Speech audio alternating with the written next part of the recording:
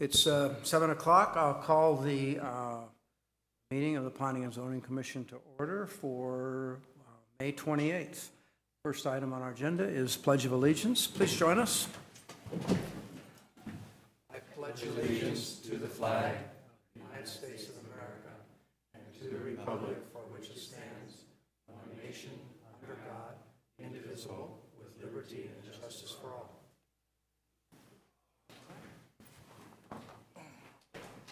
And could we have the roll call, please? Yes, Commissioner Arkin. Here. Commissioner Moss. Here. Commissioner Pilch. Chair Donaldson. Here. And Commissioner Eisenman informed me that she would not be here this evening. So this is it. All right. We have a consent calendar tonight with one item on it, and that item is 1010 Pomona, a second-story addition design review. Is there anyone would like to pull this item from the consent calendar so the commission could discuss it in detail? Commissioners, anyone? Seeing no one? Anyone in the audience? Anyone in the room who'd like to pull this item from the consent calendar? Seeing no one, I will accept a motion. I'll move approval of our consent calendar. I'll second. It's been moved and seconded. All in favor? Aye. Aye. Okay, the consent calendar has been approved. That effectively means that 1010 Pomona project has been approved. There's a 14-day appeal period, after which time our decision on this project becomes final. So if you're here for that item, we've completed it, and good luck moving forward with your project. Thank you. Okay. So the next item is public comment. Is there anyone in the audience this evening who would like to address the commission on items that are not on the agenda? This would be for anything that's not on the agenda. Is there anyone? Seeing no one come forward, then we'll see that there is no public comment, and we'll move on to the next item, discussions and matters before. This one is design review and a parking exception at 803 Curtis. And do we have a staff report? Yes, good evening. Before you this evening is a request for design review and a parking exception for a 465 square foot addition at 803 Curtis. The subject lot is 3,800 square feet with an existing 927 square foot, 2-bedroom, 1-bathroom home, which was built in 1920. The applicant would like to convert the lower level crawl space to habitable space, making it legal ceiling height. Upon that completion, it would be used as a master suite. There's also an additional area of 94 square feet that's proposed to be added to the north side of the property that will expand both the lower level and the upper level. Altogether, this results in an addition of 465 square feet. And altogether, this results in a 1,400 square foot home with 3 bedrooms and 2 bathrooms. Also included in the scope is a rear yard deck. Currently, there is one parking space that's provided in the existing garage, and on the screen we have a Google Street View of the home. You can see that the garage is attached to the neighbor's garage that was done with a building permit in 1951, so that makes it legal non-conforming. And as part of this scope, the applicant has proposed changing out the garage door and putting firewalls within the garage. Due to the size of the addition, a parking exception is also required to allow the second off-street parking space to be located in the front yard setback. The existing home is craftsman in appearance and is proposed to remain. There's a cross-gable roof, which is proposed for the addition area on the north side. The existing bracket details are proposed to be replicated under the gable to match the existing details of the home. And the front facade is not proposed to change as part of this scope. In reviewing this application, we learned that the house is actually located on top of a creek culvert, according to our city engineering maps. As such, we've included a condition of approval requiring the applicant to film and survey the line to the satisfaction of the Public Works Department, and working with Public Works to make sure that everything is satisfactory. With that, that concludes the staff report. I'm certainly happy to answer any questions that you might have, and the homeowners are here this evening. Any questions of staff? No. I have one. I might have missed it, but I didn't see the dimensions for the length between the sidewalk and the front of the garage, the area being requested as the, where that car is parked right there. I believe one thing that is also available to the commission, as you've done in the past, is requiring a recess of the garage door by a foot. That would allow them to get a 16-foot length parking space. Okay. I believe currently they have 15 feet with the existing garage door. Okay, thank you. So it's currently 15 feet? It's currently 15 feet, but that... And one of the conditions called for a recess? In the past, that's Yeah. something that we've required to essentially make it a compact space, giving Yeah. it that extra foot so Right. that it doesn't hang over the sidewalk. And certainly, if you choose to approve the project tonight, you can include that condition. Thanks. All right. All right, any other questions? I have another question. It may be more appropriate for the homeowners to comment on it, but according to the site plan, it looks like the back corner of the garage is actually located on the neighboring property and on top of the retaining wall. That's noted. I don't know if an existing non-conforming condition like that needs to be addressed as part of this application. I just See what wanted you're to saying, yeah. make a note of it. I think I understand. Yeah, I think I understand. Oh.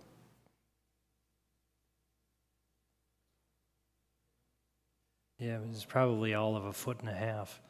Right. Yeah. It's where the wall jogs in just shy of the property line. Right. So maybe when the applicants present the Yeah, project, I think they we can should ask speak to about that. Yeah. I see what you're saying, yeah. All right. Any other comments of staff? Is the applicant present or the architect? Would you like to please come forward and address the commission at the microphone if you could? And we have some questions, I think. I think so. Either you or, are you the owner? Owner, yeah, not Okay. the architect. Sure. State your name and, George Walmer. okay? Good. Okay. Questions. So do you know about that property line where you're adjacent to the owner, to the neighbor, and the shared garage wall? And has that been surveyed at all? I was do you told know? by the architect that the property line goes down where the garages come together and then jogs in. I was given the impression after the garage, so it goes down for a ways. She noted it somewhere in the middle of the design process where we initially planned to move that north wall out 6 feet, and then she went, uh-oh, can't do that because the property line comes down between the two garages and then jogs in at some point. So we had to move the north wall back to where it is now. But I can't really, I was never informed that the current garage impinges on the other, property owner's property. But a little bit over my pay grade as a homeowner. Okay. And you haven't had a survey done by a surveyor to No. verify where the lines are? Or anything? No. Any other questions of the owner? Questions about the architecture? Okay. All right. Okay, thank you. Very good. If we have more, we'll call you forward again. Thank you. All right.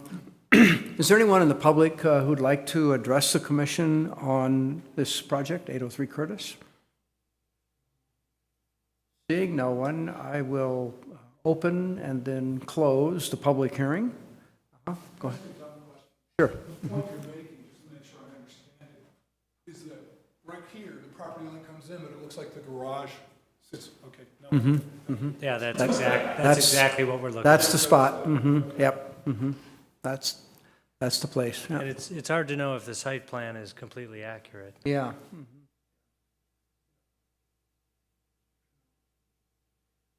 Have you, could ask another question, have you coordinated with your neighbor on this, where you have the shared garage and everything like that? Have they? It's been like that for 6 years. Yeah. Just closed escrow in March, so. I was just told that as long as you do everything alone, it's all grandfathered. Uh-huh. Yeah. Okay. Just so you know, that yep was not a confirmation. Oh, It's right, not grandfathered in. yeah, So, just so you know. yeah. Yeah, that's what you've been led to believe. Have you, are your next-door neighbors that you're so close to there and you share the garage with, are they aware of your project and your application, you know? I met the next door behind and one on the left. I assume he got the postcard. Yeah, he would Yeah. have been on the mailing list. Yeah. Okay, so they've been noticed, we know that. The only part of the project that would Get him up to the mic. impact, Yeah, as far as I I think so. understand, is moving out the north wall, but we're leaving it within the 4-foot setback. Uh-huh, yep. All right.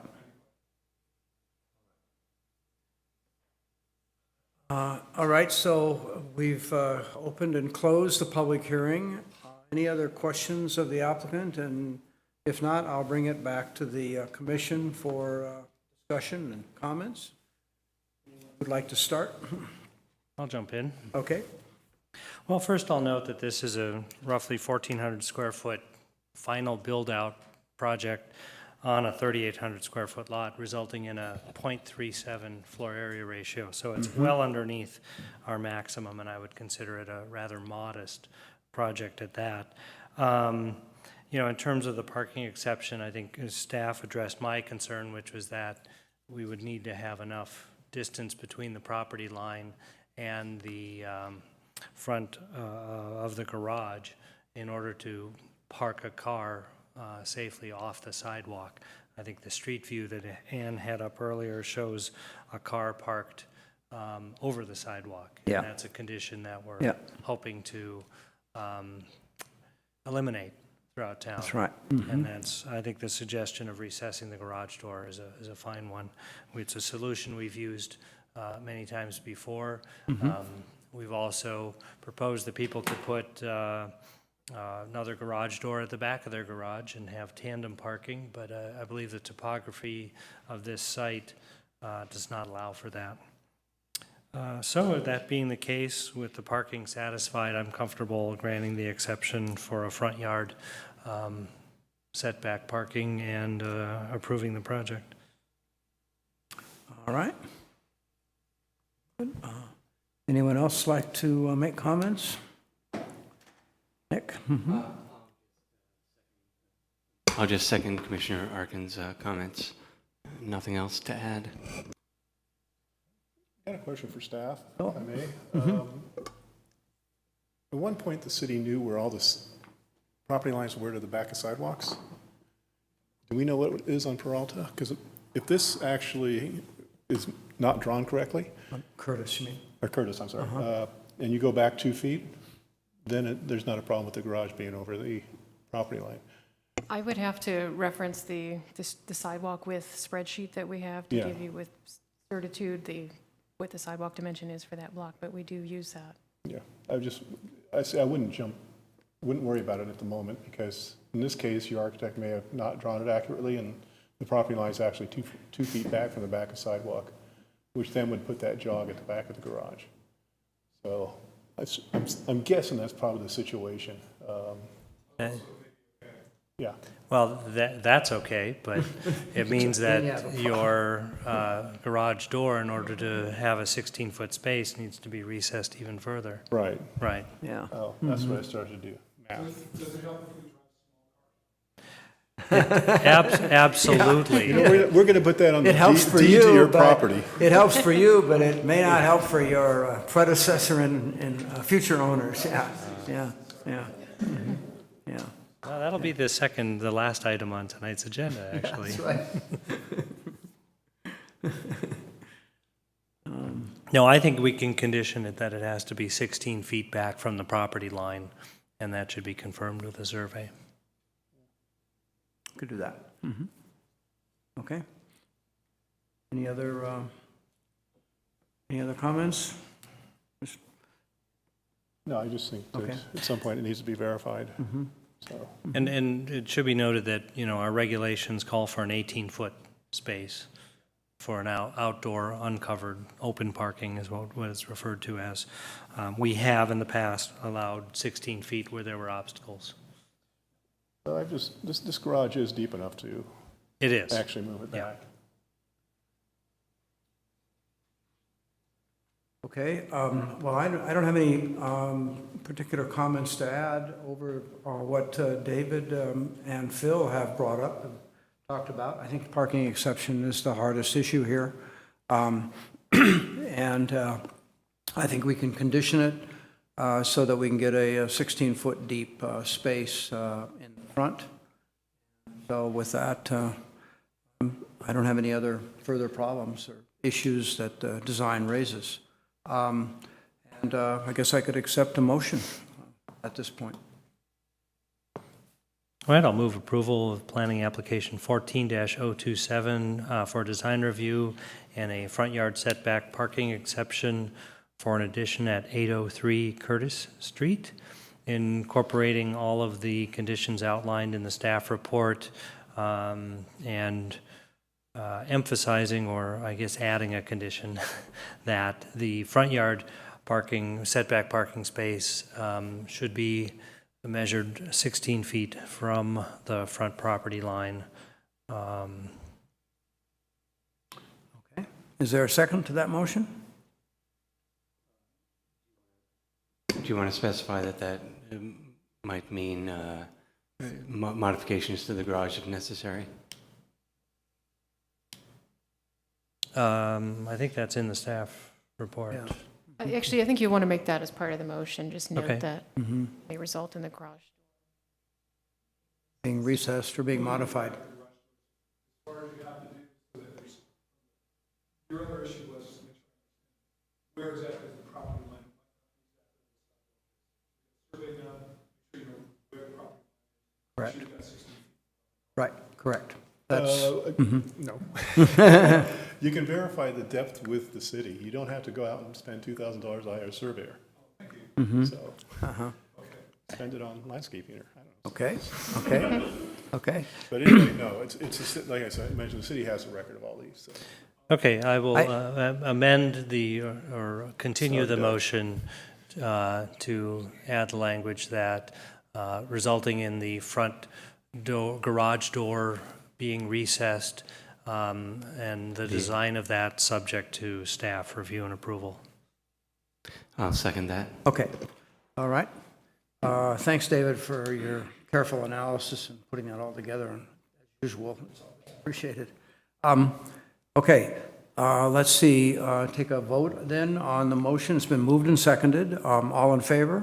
Aye. Aye. Anyone, no one opposed, so it approved unanimously for those with those present. And so your project has been approved. There is a 14-day appeal period, so that would go until June 11th, I think, and after that, this decision becomes final. So, and I'll add one little counter comment to Phil's comment about the survey. In this case, with that really close garage and the shared property lines, survey you might benefit. Might be nice to have a survey done anyway. You could get the front yard, the front setback information from the city. Phil's right on that. But a survey might be handy because this goes back a long time, and you might want to know exactly where the property line is when you have that shared boundary, and if you have to work out cross easements or something like that with the neighbor, this would be a good time to do it. And will it be a requirement from Public Works that they replace the asphalt at the curb cut with concrete? Yeah, most likely. Okay. And I think as part of having the line filmed and surveyed, they would also require that the asphalt patching that's there be removed and, be completed to current Public Works standards. Okay, just a heads up Okay. on that.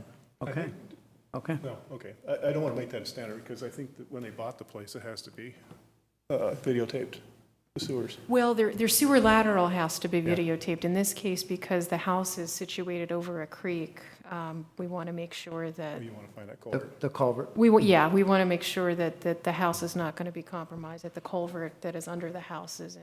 Yeah. It's going to be right Okay. where you don't want it, doesn't matter.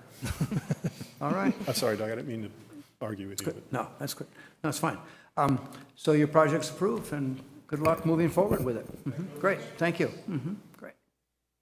All right. The next item on the agenda then is, I believe it's Hillside, right? 715 Hillside. Do we have a staff report? Yes, this is kind of an interesting one with some Albany history to it. Okay. So this evening, the applicant is seeking design review and conditional use permit approval to convert the existing carport to a garage. Portion of the new wall for that garage and storage area would be located on the property line in the front yard. So due to the zero setback, a conditional use permit is required. The subject lot is 10,870 square feet with a 3,820 square foot home. The original home was, the design was prepared by Leon Remov, who many of you may know as a local architect and planner. Certainly his name comes up in a lot of our documents. Very good architect. The original approval for this home was granted by the Planning and Zoning Commission on March 9th, 1965. And at that time, it also included a use permit for a 2-foot front yard setback. At the time, Mr. Remov actually requested a 0 front yard setback to accommodate the garage. And at that time, the request was modified to the 2-foot setback, with the commission citing the lack of public improvements related to curb gutter and sidewalk on Hillside Avenue. The home was substantially built in 1965. More recently, there was an application for a lot line adjustment and design review for an addition at the property in 2002. This included a 754 square foot addition with different areas, including a basement area and then a living area. That work was completed and finalized in 2003. So for our purposes this evening, you're looking at the conversion of the garage in a storage area. So altogether, this adds 206 square feet to this newly created garage. The garage will have a new aluminum and glass roll-up door, so it'll have a very modern appearance. The applicant has also proposed a roof deck for the garage above with built-in benches. As I mentioned, the conditional use permit is required to allow the garage and storage area to be built up on the front property line. There are no changes proposed for the main home as part of this scope. So here we are 50 years later, and the site does not have proper sidewalk improvements, although adjacent properties do have sidewalk improvements both to the north and south. I spoke with the applicant and have included a condition of approval that we've kept somewhat general that recommends that the applicant work with staff to address and install sidewalk improvements. And in speaking with the applicant, they had some particular ideas about right-of-way improvements that could satisfy this condition. Because of the extensive engineering,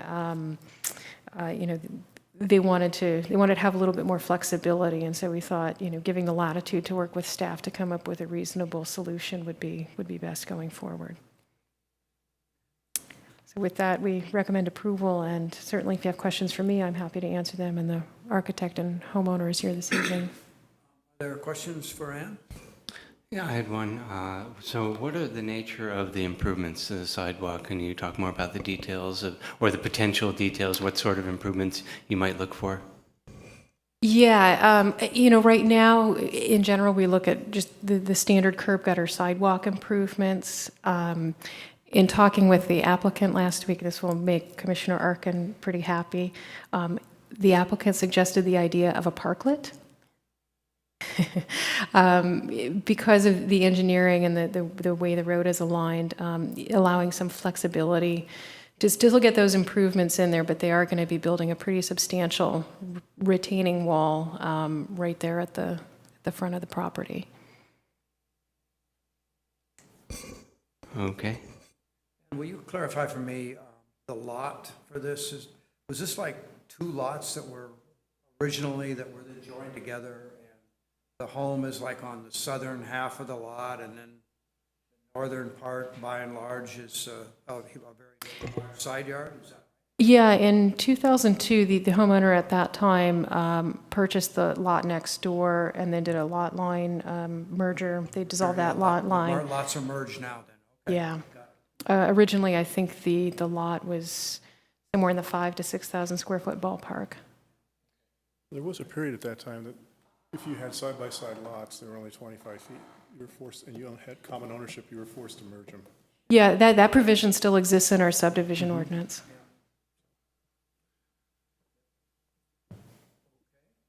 Any other questions, staff? Would the applicant or applicant's representative like to make a presentation to the commission at all, or come forward? And are there any questions we might have of you?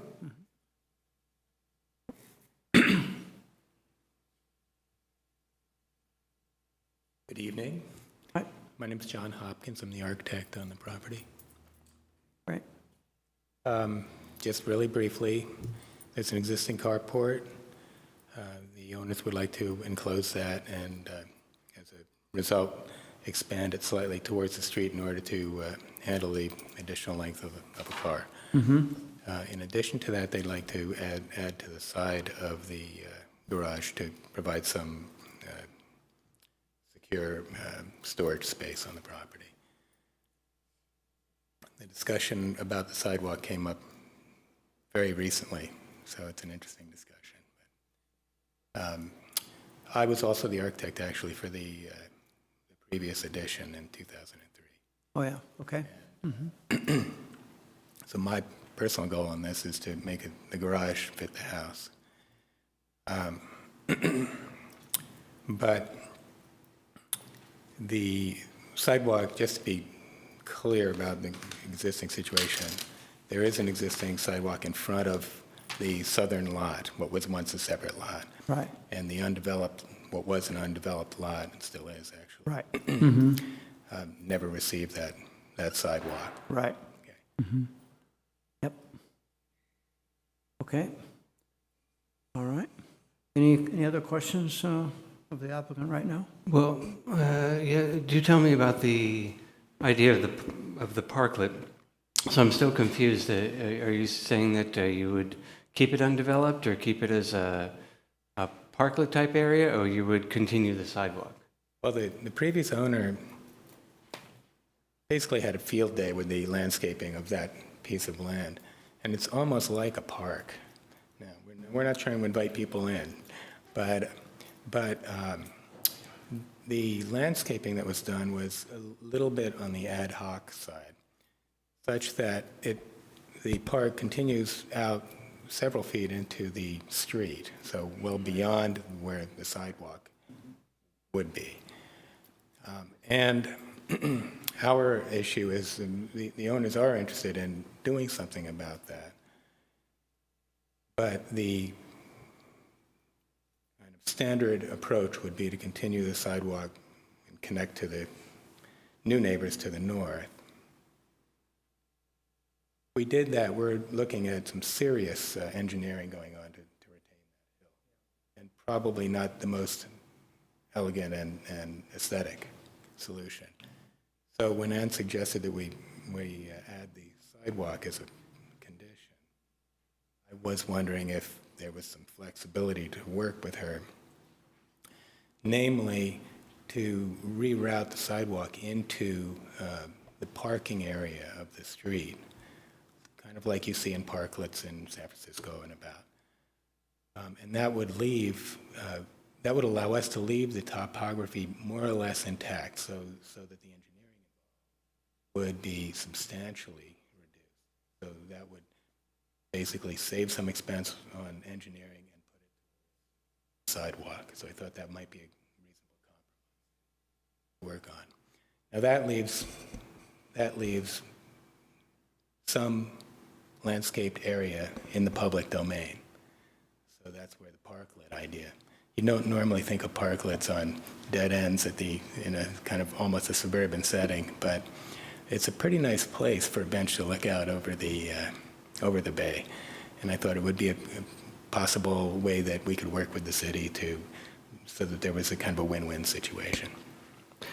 So you would connect the sidewalks, but the sidewalk would come out into the street then, or into what is now the street. It would basically take up the parking area, what normally would be a parking area. There's my observation, just having visited the site many, many times over the past few years, is that there is no parking problem whatsoever on that street. And part of it is because that, what used to be a whole lot, isn't even developed. Okay. Okay, any other questions of the applicant? No. I have a question, I think, for staff. So this would involve some sort of encroachment permit arrangement with the city, is that right? That's correct. And would that be like almost a separate project? They are, It could be included as part of the same scope. The encroachment permit is obviously separate from the building permit, but it could be combined in the same review. okay. Okay, any other questions right now? Yeah, I do actually. On the design of the storage area, I noticed you angled it. Did you give any thought about squaring it off and creating a little I plant? did, actually.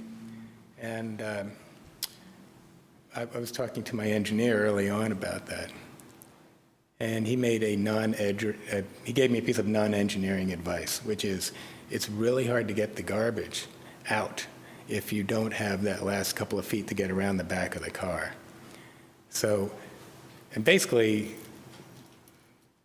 it works from the standpoint of fitting it on the site because of the curve of the sidewalk. So we'd like to hold on to that, yeah. That makes sense. Well, it doesn't, but Yeah, yeah. again, it's, I don't know, we're asking for a lot here and giving little. Yeah. So, Let me open the public hearing anyway. I'll see. So thank you very much. We may have more questions for you as we move forward. With that, I'll open the public hearing on this item. Is there anyone who'd like to address the commission on this item? Seeing no one, I will close the public hearing, and now we can come back to the commission and have a discussion of the issue. I actually want to start out with my observations from when I was doing my field work up there. I happened to be there at a time when there was a car parked in front of the unfinished area of hill, in front of the landscaped area. And another car, a large car, big SUV was parked across the street. And it was really narrow. I don't think at that moment there was enough distance between those two parked cars to get a fire truck. I imagine it's a very unusual thing, but I noticed it right away, and I got my car through there, but in trouble. But I said, whoa, this is tight. Probably there shouldn't be any parking there right now. I doubt if that happens very often. I know the area. I've been up there relatively frequently, and I agree with the applicant that it's a street that does not have a severe parking problem. But anyway, that caught my attention. And the landscaped area does move out into the street 4, 5, 6 feet.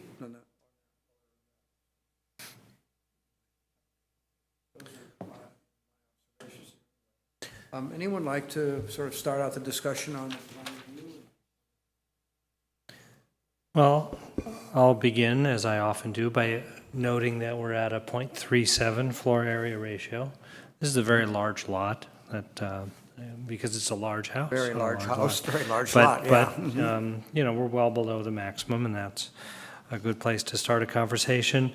I think that the design as presented is a much better fit to the house than the current carport situation. And I would actually have some hope that maybe the neighbor at 1717 would be inspired to do something similar. It brings up a question of the waterproofing underneath the stairs, or at least the control of rainwater through the space between the two buildings. But, that's more of a detail construction issue. I'm surprised.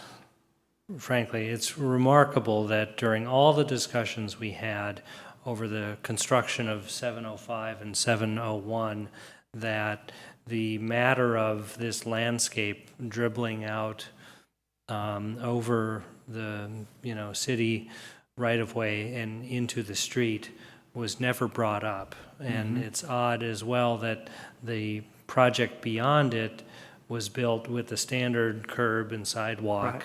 And yet this was allowed to remain. And I imagine it was an existing non-conforming condition, and this property wasn't part of the projects. Right. The building of the two down the road. So it is a unique situation in that way.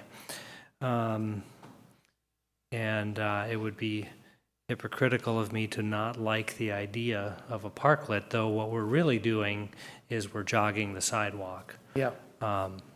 And I think the question then comes up, where does that jog begin and end? How does it get around the far corner of the property line? It would seem to me that it should probably, some excavation and construction and retaining needs to happen in the corner closest to 705, such that we retain a full parking space, in front of that property. But I'm comfortable with the idea of a sidewalk that jogs around this portion, possibly incorporating some public benefit in the form of a bench. There's a manhole, I think you can see it there on the screen, that needs to be dealt with. So it's not a slam dunk of a project, but at the same time, I like the suggestion of it as a solution here, as opposed to what would otherwise be probably a 5-foot, if not taller, retaining wall, which is what we see along much of that stretch. You can see it in the background if Ann can pan a little bit further down the street. Other way. Yep. There you go. Thank you.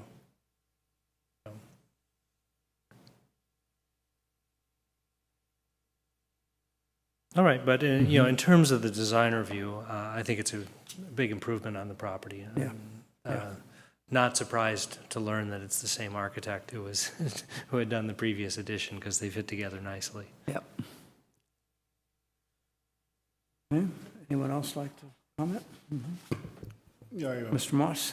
I agree with David's assessment, and I think that what I would add to this is if we do this sidewalk that comes out, that it actually have a rolled curb and be painted red, so nobody parks in front of it, and then really blocks the street. And that's part of what I would think would be the conditions of approval here, would be the applicant work with the city on painting that curb. And I'm not real, and let me tell you, this is really going into my uncomfort zone there, because I tend not to like to have given up city property for private ownership.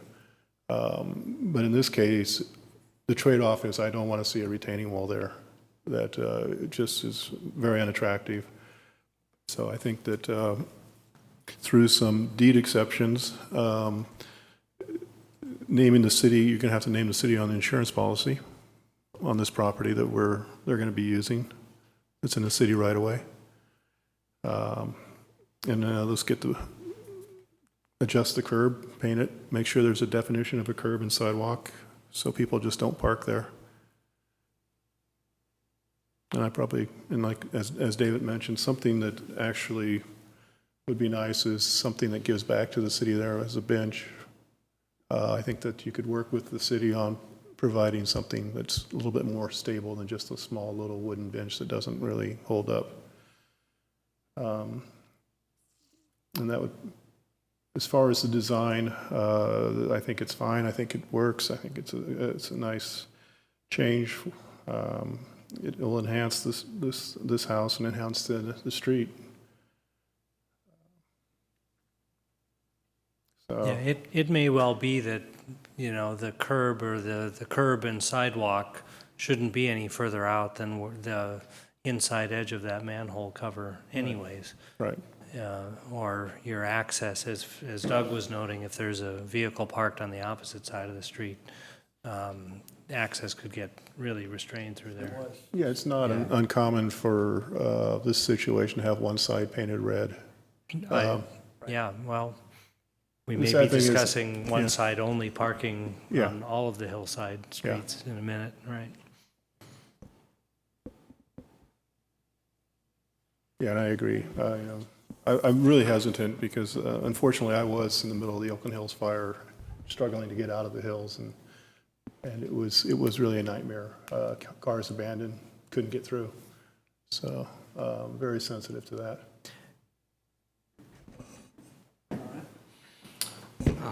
Nick, do you have comments? Or do you want me to Yes, go? I do. I think I would just echo what's been said so far and add that that we're not ceding this property to, we're not ceding the property to the property owner, that the city would retain ownership of this property. Correct. So, and I think that it is a good compromise to not to not have the retaining wall. And it looks like this, if anywhere you're going to take away a little street parking, this would be a perfect place to do it. And I was going to give the suggestion about the red curb. I think that's absolutely essential, that there be no parking wherever the sidewalk is. And as far as the design of the sidewalk goes, I'm a little bit concerned about that, because I would want it to be done well such that the curves are as gentle as possible, so that if anyone is navigating that with a wheelchair, for example, that it's well navigable. And in fact, I was thinking that maybe it should come back to the commission for that purpose, but I think that probably Public Works can work with you on the good design for the sidewalk, so that it has a not too severe of a curve on either side. And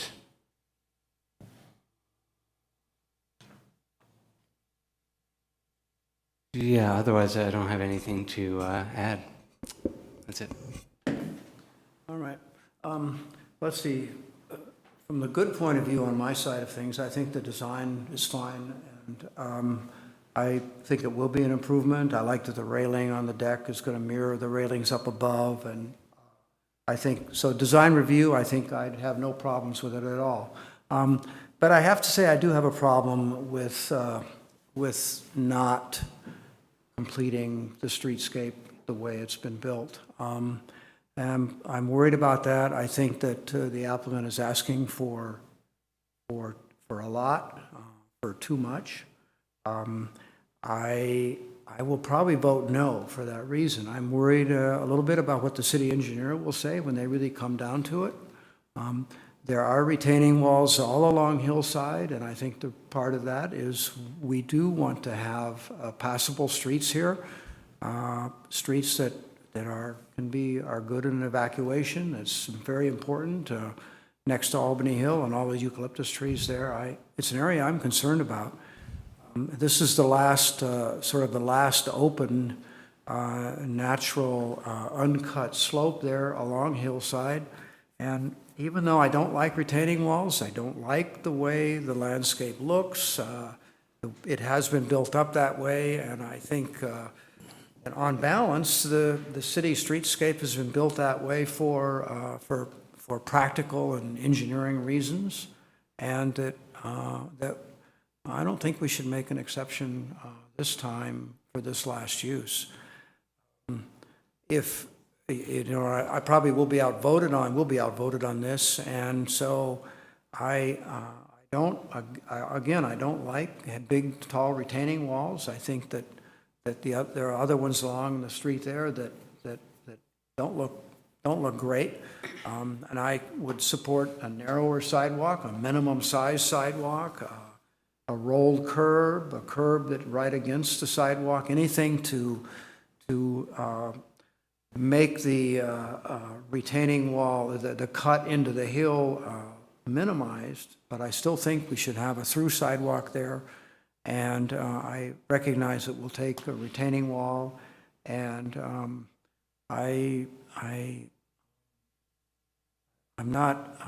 not willing to say, well, we could give up a parking space to do that, even though I just don't want to go that far. So I'm going to vote no, I think, on it.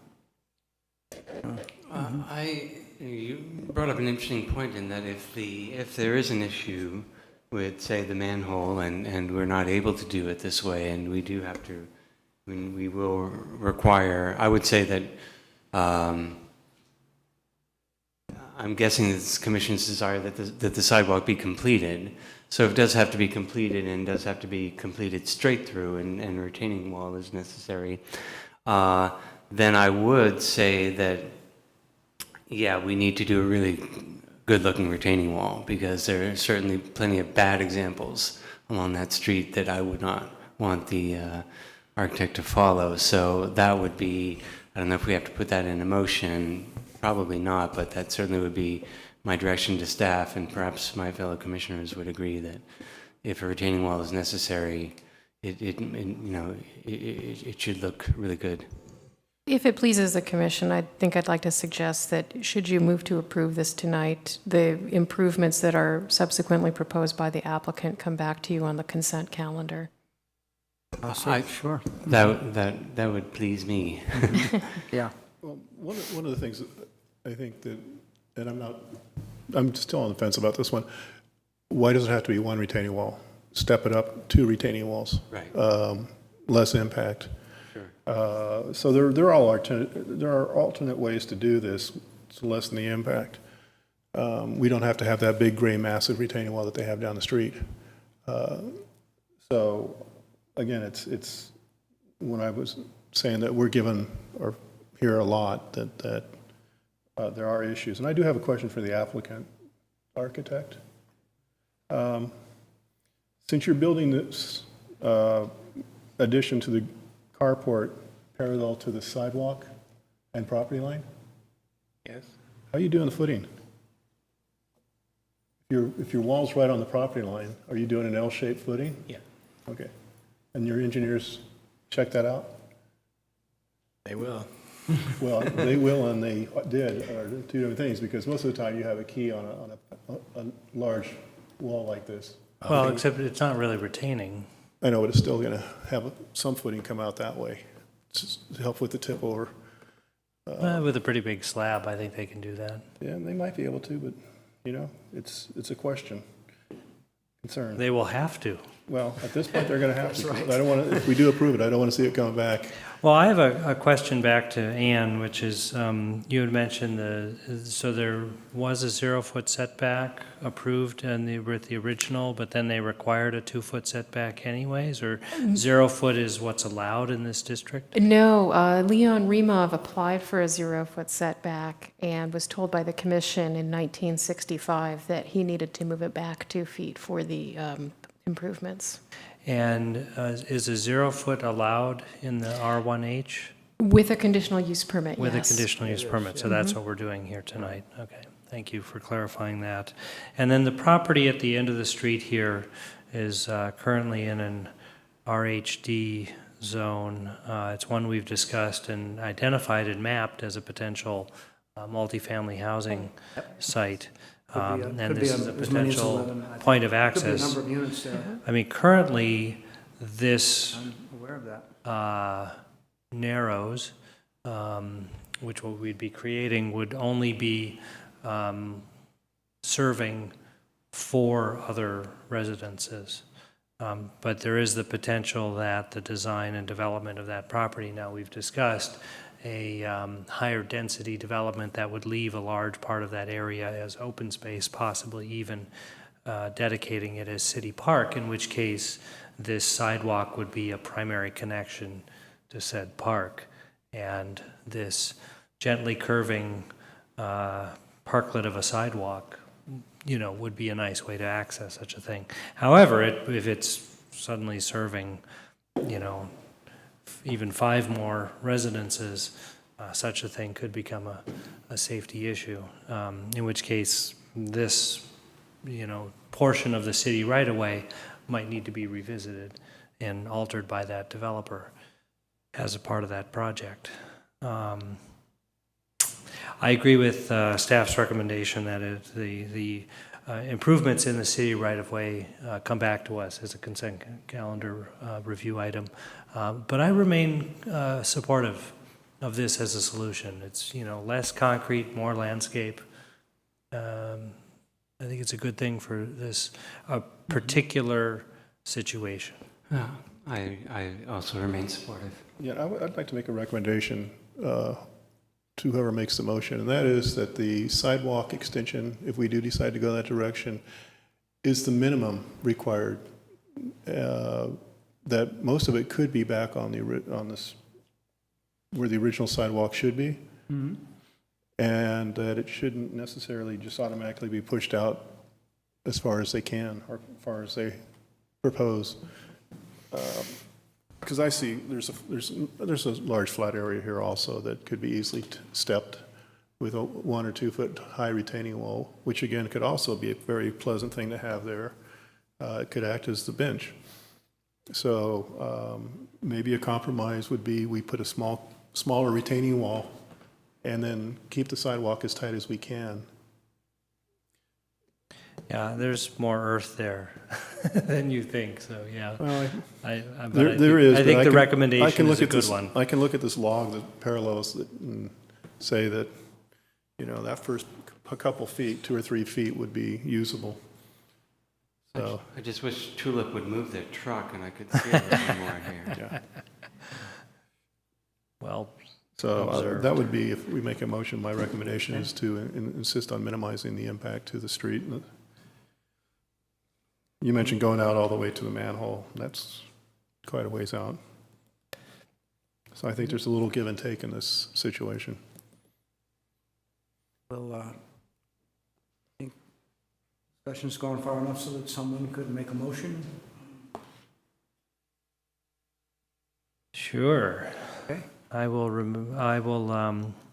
move that we approve planning application PA 14-026 design review with a conditional use permit for an expanded garage and converting of an existing carport at 715 Hillside Avenue, incorporating the conditions outlined in the staff report and approving the jogging of a sidewalk into the public right-of-way, subject to the satisfaction of the Public Works Department and possibly the Traffic and Safety Commission, and also subject to review and approval by this commission on a consent calendar item at a future date.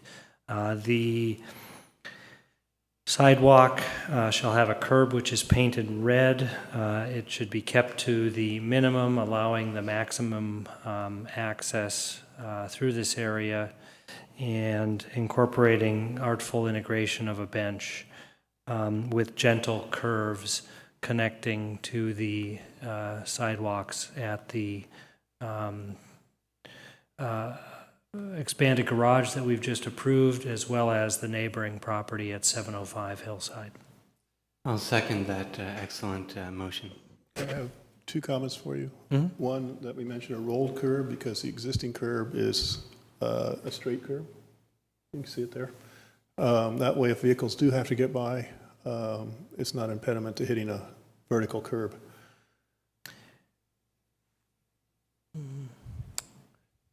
I would leave that to the city traffic engineers. And It might be a drainage issue that requires a standard. well, again, Roll curb can handle the same amount of drainage. right. The other one is that any landscape that's that is in the city right away be drought tolerant, native. My concern is all of a sudden the next buyer comes in and puts juniper bushes or something there similar to what's on the other side. And I really wouldn't want to see that. So if we can add a condition that the city portion of the property be always planted with drought tolerant, best management practice for the landscape. Okay, I'd like to amend my motion to include a recommendation that the city engineer consider a rolled curb, and that the landscape that remains in the city right-of-way if subject to approval of the city arborist. I'll second the amended motion. Thank you. Okay, it's been moved and seconded. All those in favor? Aye. Those opposed? I'll vote no, so one opposed. I am really concerned about sort of expanding the property rights of the owner into the city property here. I'm a little bit worried about how the details are going to work out. And I hope that you can really come up with something creative and nice, and maybe I'll be able to vote for it when it comes back to us. I hope so. I support the concept of what you're trying to do. I like the landscaping that's there now. I think you've done a great job with that.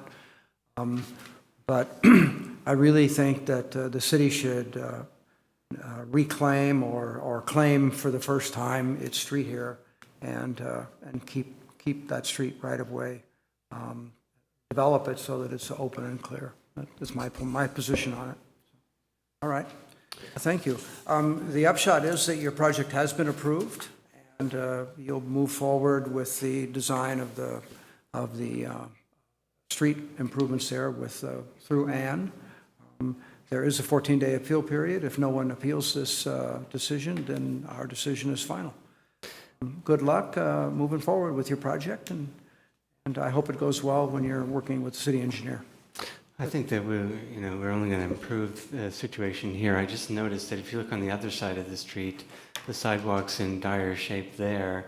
There's a hydrant right in the middle of the sidewalk, right there. Correct. That's right. Which is, certainly does not provide the disabled access whatsoever. So I'm glad to see that, however it comes out, there will be new sidewalk in this area, new working sidewalk. Okay. All right. Thank you very much. All right. Next item on our agenda is Barry is here for transportation. Oh, okay. Let's see, so how do I officially?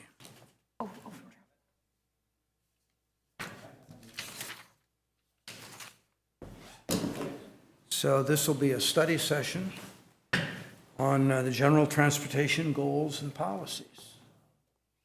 Let Barry get set up here. From Barry or Jeff. Thanks. Great. No problem.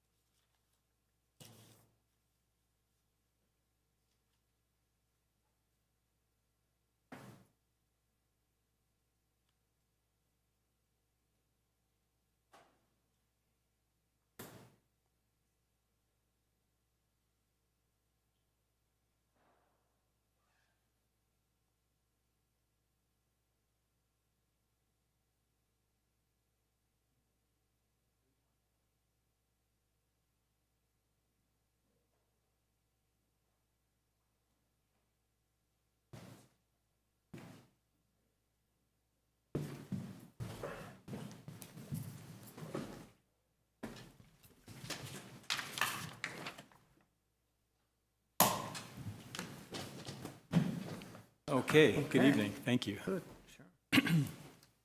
So this is the next in a series of study sessions on the general plan update. Tonight, we're going to be talking to you about the transportation element and the draft transportation policies. Just to recap, we're in a stage of the project of the general plan update right now where we're going through a series of topical study sessions. So at the last study session, we went through the land use policies and actions. At this study session, we're focused on transportation. At your June study session, we'll be coming to you with recreation, open space, and conservation policies, and then in July with the environmental hazards and safety policies. So we're actually moving at a pretty good pace through the policy development. We're essentially writing the general plan right now. And your feedback as you're providing it on these different topics is being incorporated into the draft. So in this case, with transportation, because there is a city commission whose purview is transportation, traffic, and safety, we took these policies to them last week, and they had an opportunity in a study session similar to this to go through this draft and provide some feedback. Because your packet went out the day after that meeting, the policies have not yet been edited to incorporate their feedback, but there was a summary included in this staff report and document, and I'll highlight some of the issues that they brought up in their review of the transportation policies. Also, just as an aside, I do want to point out that we're still awaiting word from HCD, the State Housing and Community Development, regarding the certification of the housing element. They have 9 more days before they reach their 90-day statutory requirement to give us their verdict on the housing element. But And what happens if they don't meet it? well, they will be out of compliance with their own rules if they don't act within 9 days. I don't think that will happen. I think That's not an automatic approval or anything. it hasn't happened to me before. I don't know. It's a curious question. Yeah, but I think I guess we're expecting it within the next 9 days. we are. Yeah. Okay. We are. Jeff or Barry, could you send out an email to the commissioners when you hear on that? That'd be great. We'd like to know that. Okay. Great. So moving into the transportation element, this is an excerpt from the government code. Technically, the requirement is that the general plan contain what's called a circulation element, but circulation usually means transportation. In some cases, you'll find a circulation element covers things like water lines and sewer lines and utilities, but we have a separate element of the general plan that's going to cover community services and facilities. So infrastructure, for the most part, will be in a different part of the plan, and this really is focused on transportation. So the types of topics that are covered are current and projected traffic conditions, so the volume of traffic that's moving through the city and the level of congestion associated with that both now and in roughly 20 years, 2035, which is the horizon year for the plan. We'll be including that information in this element. It looks at all modes of travel, and I can't emphasize this enough. The whole concept of complete streets is that you don't just look at automobiles, you look at all modes, including bicycles, pedestrians, public transportation, and so forth. The element really focuses on the relationship between transportation and land use, and there are a number of dimensions to that. One is that if the city is anticipating growth in a particular area, what will be the transportation impacts of that growth and how will it be mitigated, whether it's street improvements or signal improvements or ped and bike improvements. And also, where has the city and, in fact, the state and other agencies invested in transportation, and how can we leverage that and make land use decisions that help support things like our bike network and even BART to some extent within Albany. So the other thing I want to point out is that the transportation element talks about a range of transportation issues. So this is the part of the plan where we really get into the parking question and parking issues and parking policies. I know when we went through land use last time, there was some discussion of parking, but the bulk of the parking policies are here. Traffic safety is another big issue, traffic calming, another issue that's addressed in this, and there are probably a dozen or so transportation issues. So as I've pointed out in some of the other study sessions, we're not trying to reinvent the wheel with this general plan. The city is relatively stable and built out. We're primarily taking existing transportation planning policy documents and weaving them together into something that's forward-thinking, that reflects where we are today and where the city is headed in the future. This is one topic area where there actually has been quite a bit of policy development in the last 5 to 10 years. So I put on this slide the various documents that were consulted to come up with the draft policies and actions, starting with the existing general plan, which is, of course, 22 years old, so it's still, some of it is fairly dated, some of it is still fairly relevant. So where we could carry policies forward, we've made some decisions to do that. The traffic management plan deals primarily with roads and traffic flow, vehicle traffic flow. The active transportation plan, which was just adopted a few years ago, is focused on bike and ped circulation. The climate action plan includes a number of policies specifically about transportation. The complete streets policy, this is really two documents. One is the complete streets policy that was adopted by the council under state law, where every city and county had to go and adopt a policy that says we're going to plan for all modes of travel on our streets. The other is a more recent plan, which is for the San Pablo and Buchanan corridors, that is more specific design-oriented proposals for how to incorporate complete streets on those two corridors. So both of those were taken into consideration. The municipal code, including parking standards, things of that nature. And then finally, county and regional plans. Plan Bay Area, the MTC Regional Transportation Plan, and other plans that affect transportation. So all of these were synthesized.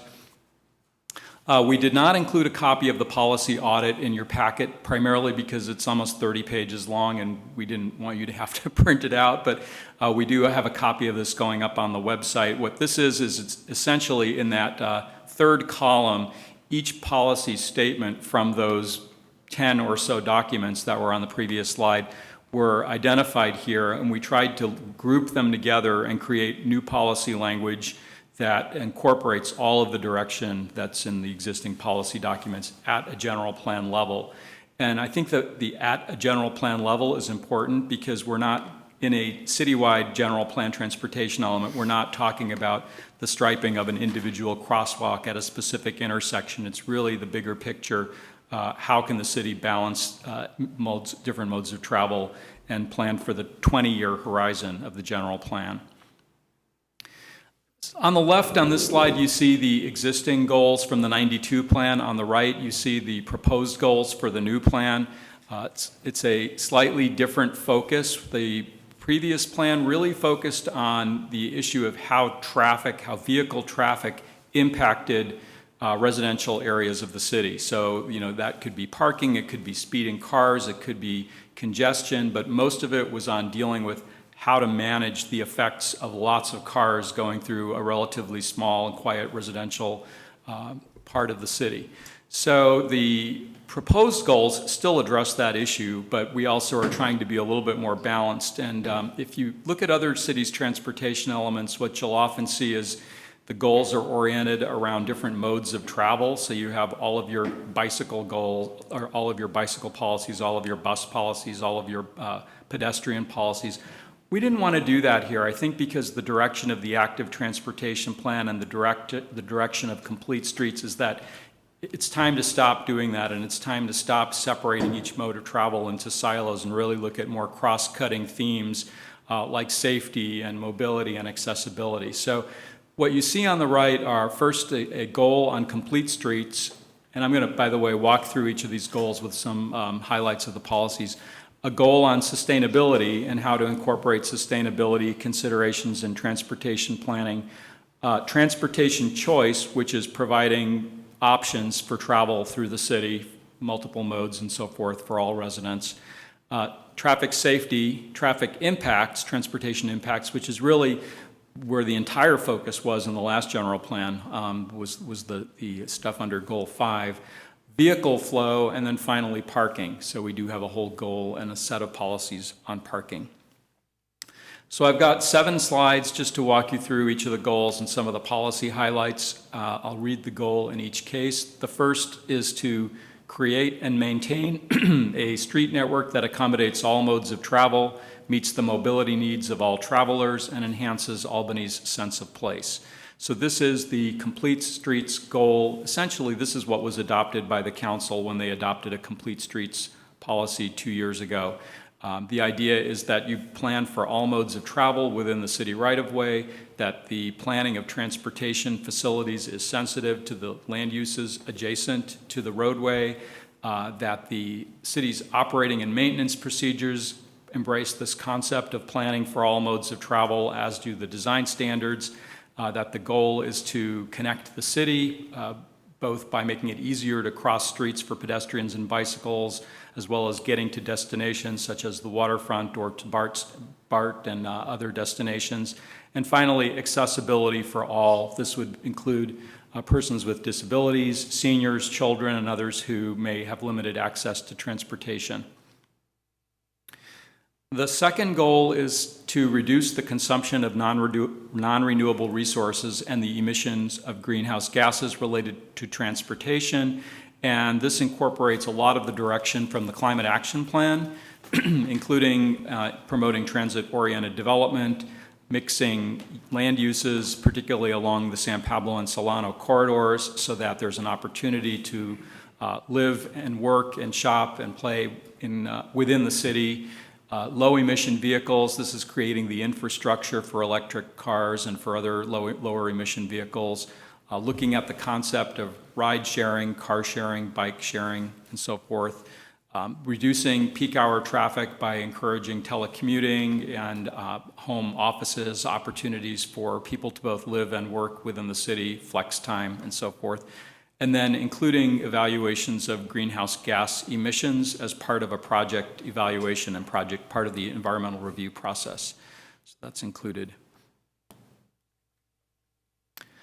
The third goal is to provide the opportunity to safely and conveniently travel through Albany using a variety of travel modes, including walking, biking, and public transportation.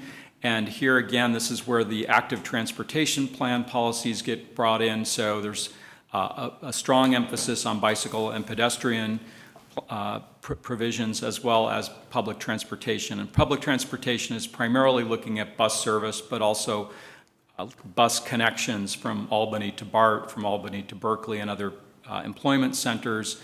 But again, a lot of this is really the active transportation plan brought into the general plan. The fourth goal is to improve the safety of all modes of travel, taking particular care to reduce the rate of injury accidents for bicycles and pedestrians.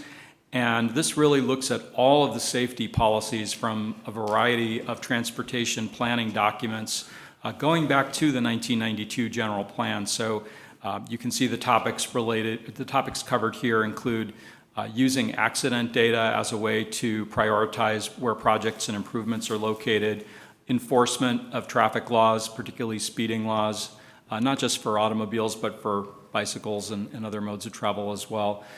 Preventive maintenance, it's keeping our roads in good condition, keeping our bike paths and sidewalks in good condition, the safety of crosswalks, the community education component, which is a really big part of active transportation, particularly the Safe Routes to School program and looking at school, being able to walk to school safely, and then finally, lighting and security along the city streets and pathways.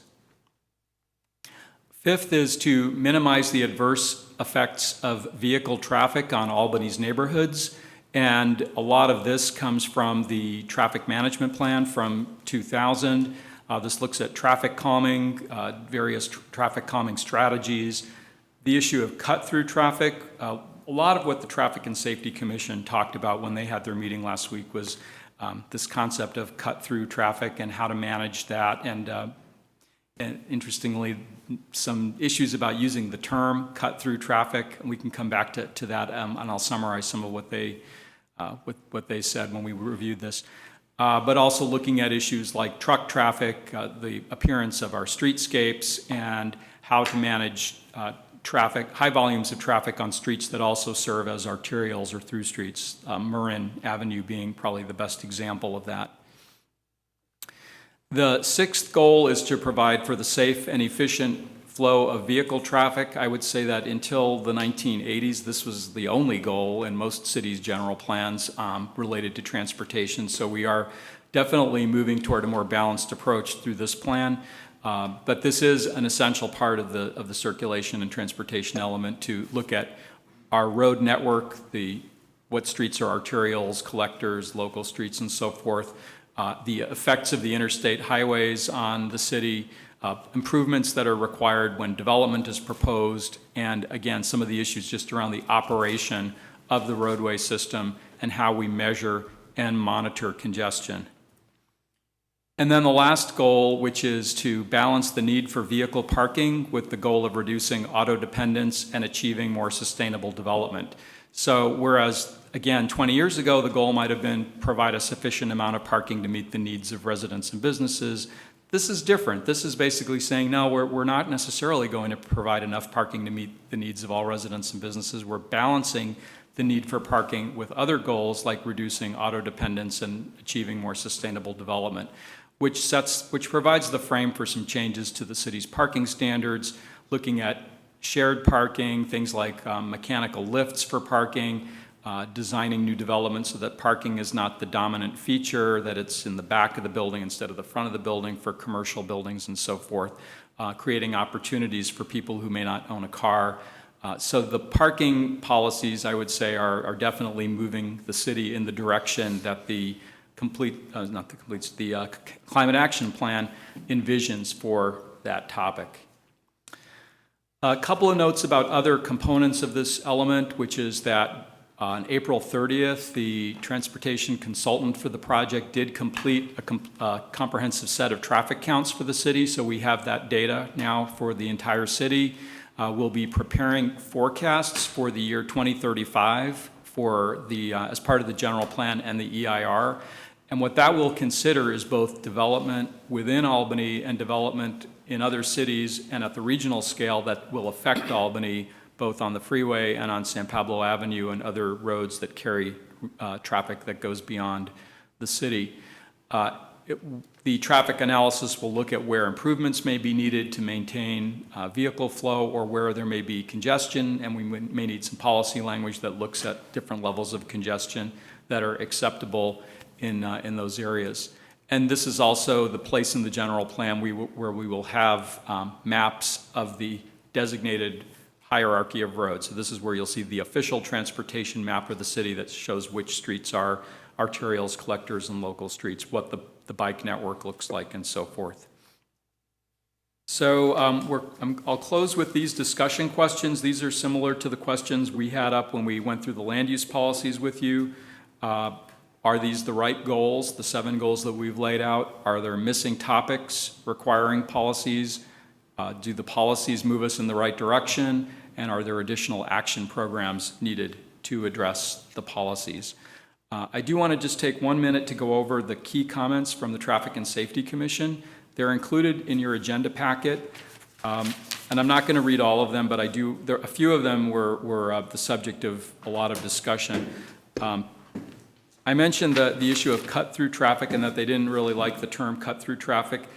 I think the issue that they wanted the policies to address is to ensure that if traffic diverted off the arterials, that is more about driver behavior, to slow down, to travel safely, to observe speed limits, to concentrate traffic on the arterials and discourage aggressive driving on side streets. That was my note from what somebody said during that meeting.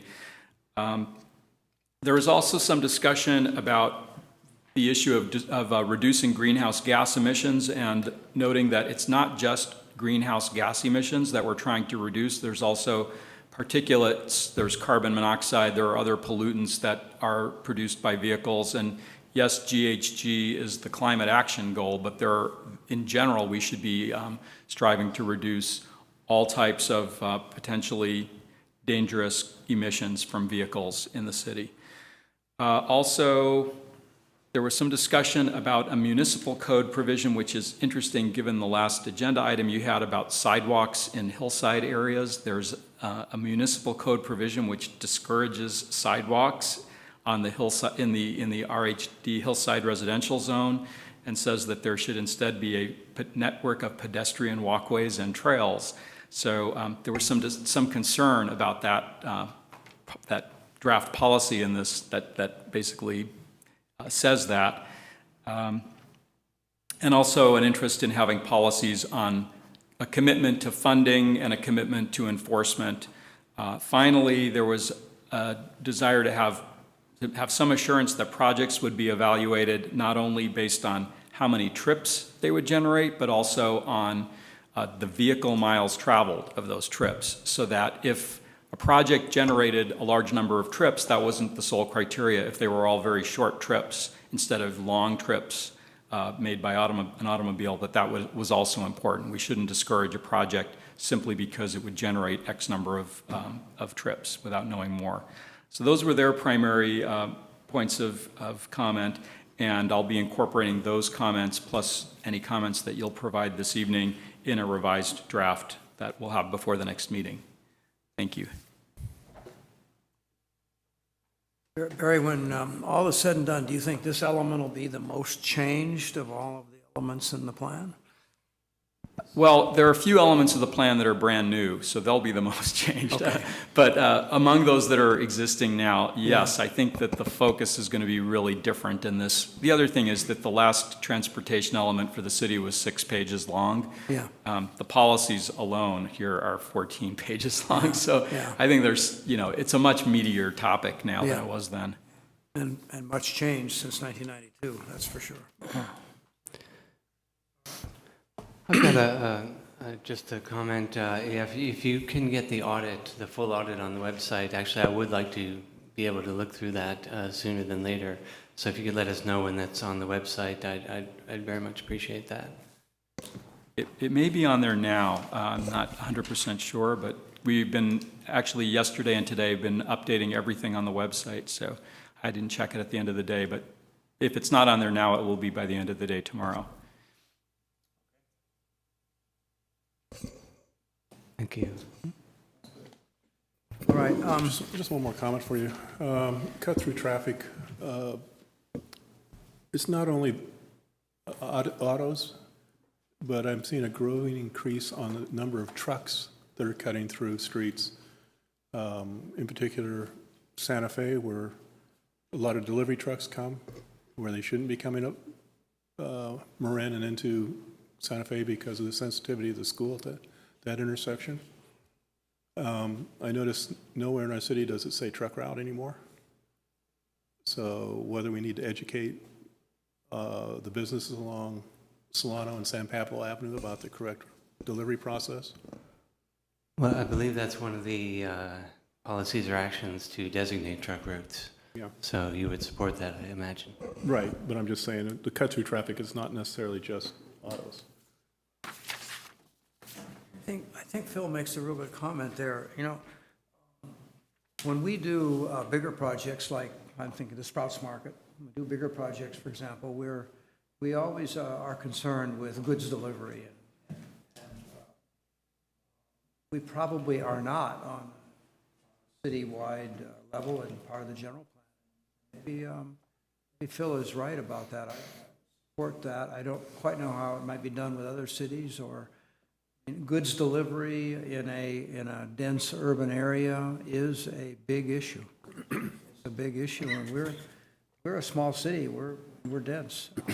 Yeah, I think that would be via. We have double parking on Solano all the time with the beer trucks, and we have San Francisco-like problems, just in a smaller magnitude. And I don't know how you address it, but I think it would be very good to have something in the general plan that we might be able to rely on with some policies in the future. Yeah, it would strike me as appropriately part of the vehicle flow section that Yeah. such right. things. Well, I think we have to be sensitive to where we're putting in bike lanes that not conflict with truck routes. Because growing up, where I was, it was right out the side of the street, and you got trucks going by, and that was a little bit more disruptive than some of the cars. So, Chair, did you want to proceed through the document? I actually have a lot of comments. I wonder what the appropriate way is to proceed. We could go through it, I guess, section by section. Is that how you want to do? I think that would be the best for me. The goals and policies? Sure. Would be fine with me. I have comments on some items. Probably other people do too. Shall I go ahead and start? I hesitate a little only because I have so many comments, but you can just stop me at any time. Do you want to give all your comments at once, or should we do, I can give them section complete by section. section? Yeah. So the first section is complete Yeah, streets. sure, let's do Okay. that. And actually, I Comments on had a that. question. even before we get to complete streets, I just wanted to note about the use of the 1992 general plan. So I was noticing a few insertions from the 92 general plan, and then I counted, and there were 22 references to the 92 general plan, and I think it's probably a little bit too well represented. And I think some of the things that you selected from the 92 general plan have been eclipsed and are not relevant anymore, have been eclipsed by the documents that have followed since then, the active transportation plan, the 2000 traffic management plan, the complete streets plans, et cetera. So I'll reference those as we go through, or at least some of those as we go through as well, but I would encourage us looking at all of those ones from the 92 general plan. I consider them a little suspect at this point. And that's my first comment that's my first general comment. And actually I do not, and then if we want to just move into complete streets. Can I interrupt one second? Yeah. Let's go back, let's step back. Do anyone have any comments generally on how Barry's organized this with the different levels of goals? You know, it's quite different. Maybe you can show that one slide again. So I don't, but I think we might want to discuss it. I did. Let's see, yeah, the existing goals and then the proposed goals, that sort of overarching organization for the transportation element. Any comments on goals, 1 through 7? And I'm in full support of it. I like the transition from separating the modes to combining them and really dealing with the issues that we confront today. that was my initial reaction. Yeah, in general, I think it's well done, absolutely. Yeah, great.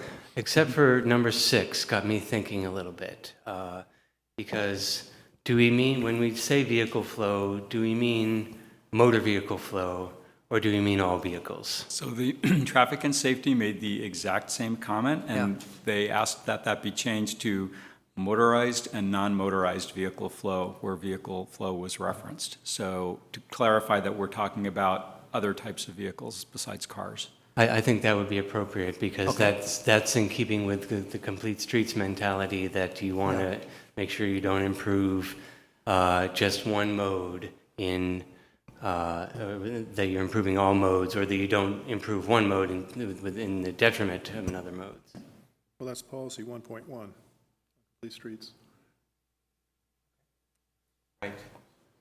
Right. Okay. And so I think that will help make sure that it's noted that this means all vehicles, motorized or non. I would just like a footnote in there that says, this is not a hierarchy of these. They're all equal in value. I had a similar comment, and on policy 1.1, same thing. I frankly, I think it's a little bit too toward the political correct side, and I would move, I would not start with pedestrians and bicyclists, but I would include motorists, transit users, movers of commercial goods, and then pedestrians, bicyclists, emergency officers. Oh, I disagree. You see what I mean? wholeheartedly. I would put motorists in that paragraph. I would put them. I think, our streets were built for cars, and that is the reality. I think they were built for horse-drawn carts. Yeah, Well, Yeah. maybe, or railroad, San Pablo for railroad, yeah. and horse-drawn carts and street The ones cars. that are built now were built Yeah, no, I'm 30s gonna and 40s. I'm gonna disagree with you, Doug. I think putting pedestrians first is the whole intent of the complete streets, and it plays into safety as well. But I don't want to put motorists first. Yeah. Well, Yeah. I don't want to, it's not a big issue, but it did jump out with me. It looks I'll a little too second. political correct, and not enough to, in my way of thinking, of sort of acknowledging our history and the reality of the street network we have, and where we have to start from. We're trying to make it, we're starting from 1992 plan and previous plan that was very vehicularly oriented. That's how they were designed. We're trying to make it better. I think we need to acknowledge. Don't feel strongly about it. Yeah, I agree with Commissioner Arkin on that, though, that I think that the idea is that, yes, I think a lot of them were designed with only the motor vehicle in mind, and by putting the pedestrians, bicyclists, transit users in front, we acknowledge that, there's a different viewpoint now. Streets are for everyone. Yeah. And I think that kind of makes up for the years when we forgot about those other modes. Well, we do have sidewalks. We have good systems of sidewalks. Well, Not all not places great do. Not system all of places sidewalks. do. Yeah, there's a sidewalk repair element too, but Yeah, anyway. Yeah, right. To put hopefully a fine point on this, would you guys both be happy if we just reworded policy 1.1 and put a period after travel for all users, period? This shall include but not limited to pedestrians. That way you're not giving any hierarchy to any. Yeah, But I think it actually should say travel for all users, including but not limited to, because somebody may come up with something else in 5 years that we haven't thought of. I'd be fine with that. yeah.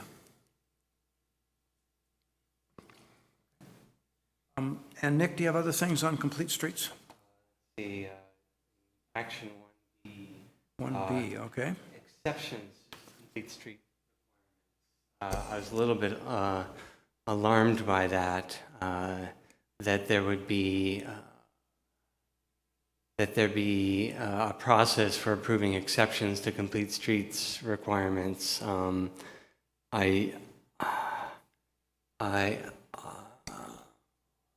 just worried that might give the city too much of an out to get away from being beholden to complete streets requirements, but I don't know.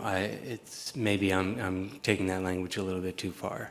What do other commissioners think? This is already a policy, so it's. Well, I think if we're going to do, if we are going to do a policy and a whole new area policy and regulation, probably ought to have a way to address systematic manner exceptions, issues that come up. But I mean, it didn't bother me. Okay. If I can just clarify, the language in this, under this goal is mostly, I would call it fairly boilerplate, and every city in the Bay Area has adopted almost the identical language in their general plans. Is that right? Because they had to. Last year, there was a requirement for grant eligibility that you include this particular set of complete streets policies in a resolution, and so this was adopted by the council, including the exceptions provision. So, Okay, and then And when the council did that, they weren't amending our current general plan. they were didn't actually amend the general plan, Okay. but they adopted a complete streets policy as official public policy. It's the Okay. official city Okay. policy. All right. Yeah, and I think, There is also a state requirement that when you amend your general plan, you include your complete streets policy, so we're doing that here. And that's what you're incorporating Right. here then? Okay, good. yeah, I could see other cities needing the exemption, but Albany probably doesn't need the exemption, so I'm not that worried about it. Anything more on goal 1, complete streets? I don't think, no, not for me. Okay. Goal I 2? thought, if I may, I thought, and these combined together, I thought the discussion earlier about the, parklet or wandering sidewalk, I don't see anything here that prohibits that, and I wouldn't want to see anything, because I think, and context-sensitive design sort of suggests that there are certain conditions where that's sort of appropriate thing. I'd like to see the, possibility of a block saying we'd like to turn our street into a Woonerf, Well, I where think we, There should be, well, I'm just going to go there, but I think same mindset here is that there should be something that says that if there is a preferable design that is superior to this, that there's some flexibility to accept a superior design. yeah. You might want to open a public hearing now that Clay's here. Yes, you may. You want I got to get back at you, Clay. You want suggestions? Your couch. Wait. I said your couch. Right. We do now have a public audience, so we could open the public hearing. So let us know, Clay, if you want a public hearing. Sustainable Transportation Goal 2. Any comments on the draft policies here? Do you have any comments on 1, Clay? I'm just going back for him. Sure. Clay Larson, Albany residents. I want to support Doug Donaldson. I don't think it's political correctness when you question the reasonableness of ordering the modes of transportation. I think part of the plan should include an assessment of how Albany residents are getting around. What percentage of Albany residents rely primarily on bicycles? We end up with a majority of bicycle riders on boards and commissions, but I think it should reflect the goals and interests and needs of the residents. So I don't think we've ever done this. I think we should have a... Well, I think, Clay, it's in the census. I think the census numbers give us a good clue of that because or the Department of Finance numbers, and I know that the bicycle use has been going up and up, but it started, very low, 2% to trips to work. Maybe now it's 5%, something like that. But the vast majority of our trips are vehicles. That's why I say that. And I think the language should reflect this, not just an issue of political correctness, it's reality. Yeah, that's right. You think it should be based on actual use in the hierarchy of list? I think the entire plan should be. And one could contemplate what it's going to be like in 35 years, but I suspect that curve that some members see going like this is, maybe not going like that. Yeah. Okay. All right. Any sustainable transportation? Anyone have any comments on the policies here? No, just to note that actually, as I'm going through some of the items you did pull from 1992, the 1992 plan, I do see that there's actually some really good ones in sections 2, 3, and 4 that were pulled here. So I want to kind of take back a little bit what I said about some of these being suspect. Some of these actually just seem like good things that were just didn't make it into the more recent plan, so yeah. And I should add too that if I credited the 92 plan, that doesn't mean that I carried the text forward verbatim. I edited what was in the existing plan pretty heavily. That's just, if you want to see a thread where it came from, it started there. So. Oh, okay. Okay, good to know. Thank you. Okay. On sustainability, I had a comment on Action 2B. On the last line there, this has to do with outreach and education, and I think we should include bicycling in there. I think actually we have the bicycle rodeo going on recently, and I think we already do that, but I think it's also important, and as bicycling mode share increases, that should be acknowledged and included in this action. That is referenced somewhere else, but I think it would be a good idea to reference it here as well. I like that goal 2 begins with a definition, reduce the consumption of non-renewable resources and the emission of greenhouse gases related to transportation. We could even say why, which is that we are aiming to help prevent runaway global climate change. Just put it right out there. Okay. That's why we use bikes and not cars. Will that be controversial? And if so, bring it on, we say. That's right. There's no such thing as bad publicity, Yeah. especially where this is concerned.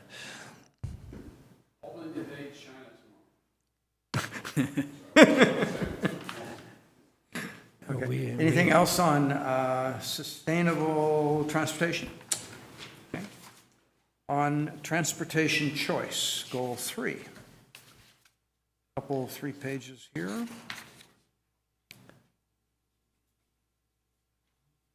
Okay. Anyone have any comments here? This is not part of this, but it's a suggestion because I know I've dealt with it. 511.org, where they're carpool, joining people. Do we have a link on our webpage to that? Might be interesting because it's... There's a reference to 511.org in the Yeah, that's what reminded me that I've looked for people to carpool with.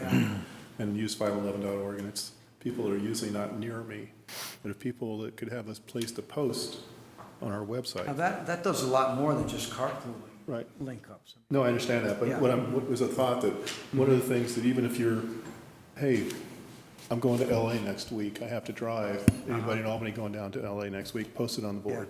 Yeah. It's only referenced in certain events on the Right. website, but not, it's not featured. Right, right. Okay. But anyway, just off the topic thought. Okay. I think it's a great suggestion. I won't go any further than that. Yeah, in the interest of acknowledging that this is at the general plan level, so this is not something to incorporate into the plan, but I like under the sidewalks and paths that routine maintenance is included, and I think if the city could find a way to make it easier for homeowners to work through the city to hire, maybe it's even a city-sanctioned contractor, and like a street tree program, you pay a fee and you get your sidewalk repaired. And we have an action plan on that. Let's take a look at that and see if, I have personal experience with it. I've used the city's matching fund program for my block. And I know it's like 2 years ago when I did it, the whole budget for sidewalk was $17,000 for the year. My block, half of that. I would love to, see that increase. Anita could publicize the program more and get a lot done. I don't know if that's something we want to do in the general plan here. I don't know what action 3. Yeah, or if you could, make a simple phone call to the city and say, hey, sidewalk in front of my house needs repair, what's it gonna cost? And then, okay, go ahead and do it. Well, we actually could do something like Make a it easy. Belarus bond, where as you repair the sidewalks, the city funds it, but it goes back on a tax base for a couple of years to pay it back. Sure, much like Berkeley was talking about doing with the solar. So, right. Yeah. So let's add a policy then, let's add a policy to encourage the city to set up, explore sidewalk improvement financing mechanisms. Or streamlining it. Hand streamlining. And streamline the process. Well, let's not limit it to sidewalks. How about sidewalks and curb cuts? Sometimes they're just as bad. I kind of. It's included, Yeah, okay. it's included on Action 3E, Okay. sidewalks and curb Oh, ramps. there it is, you're right, sorry.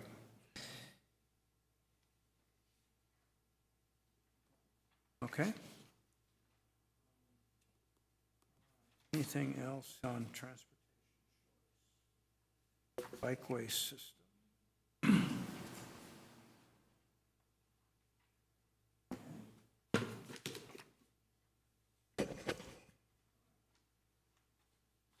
Safety, I think, is the next one. Oh, wait a minute. Let's see what's.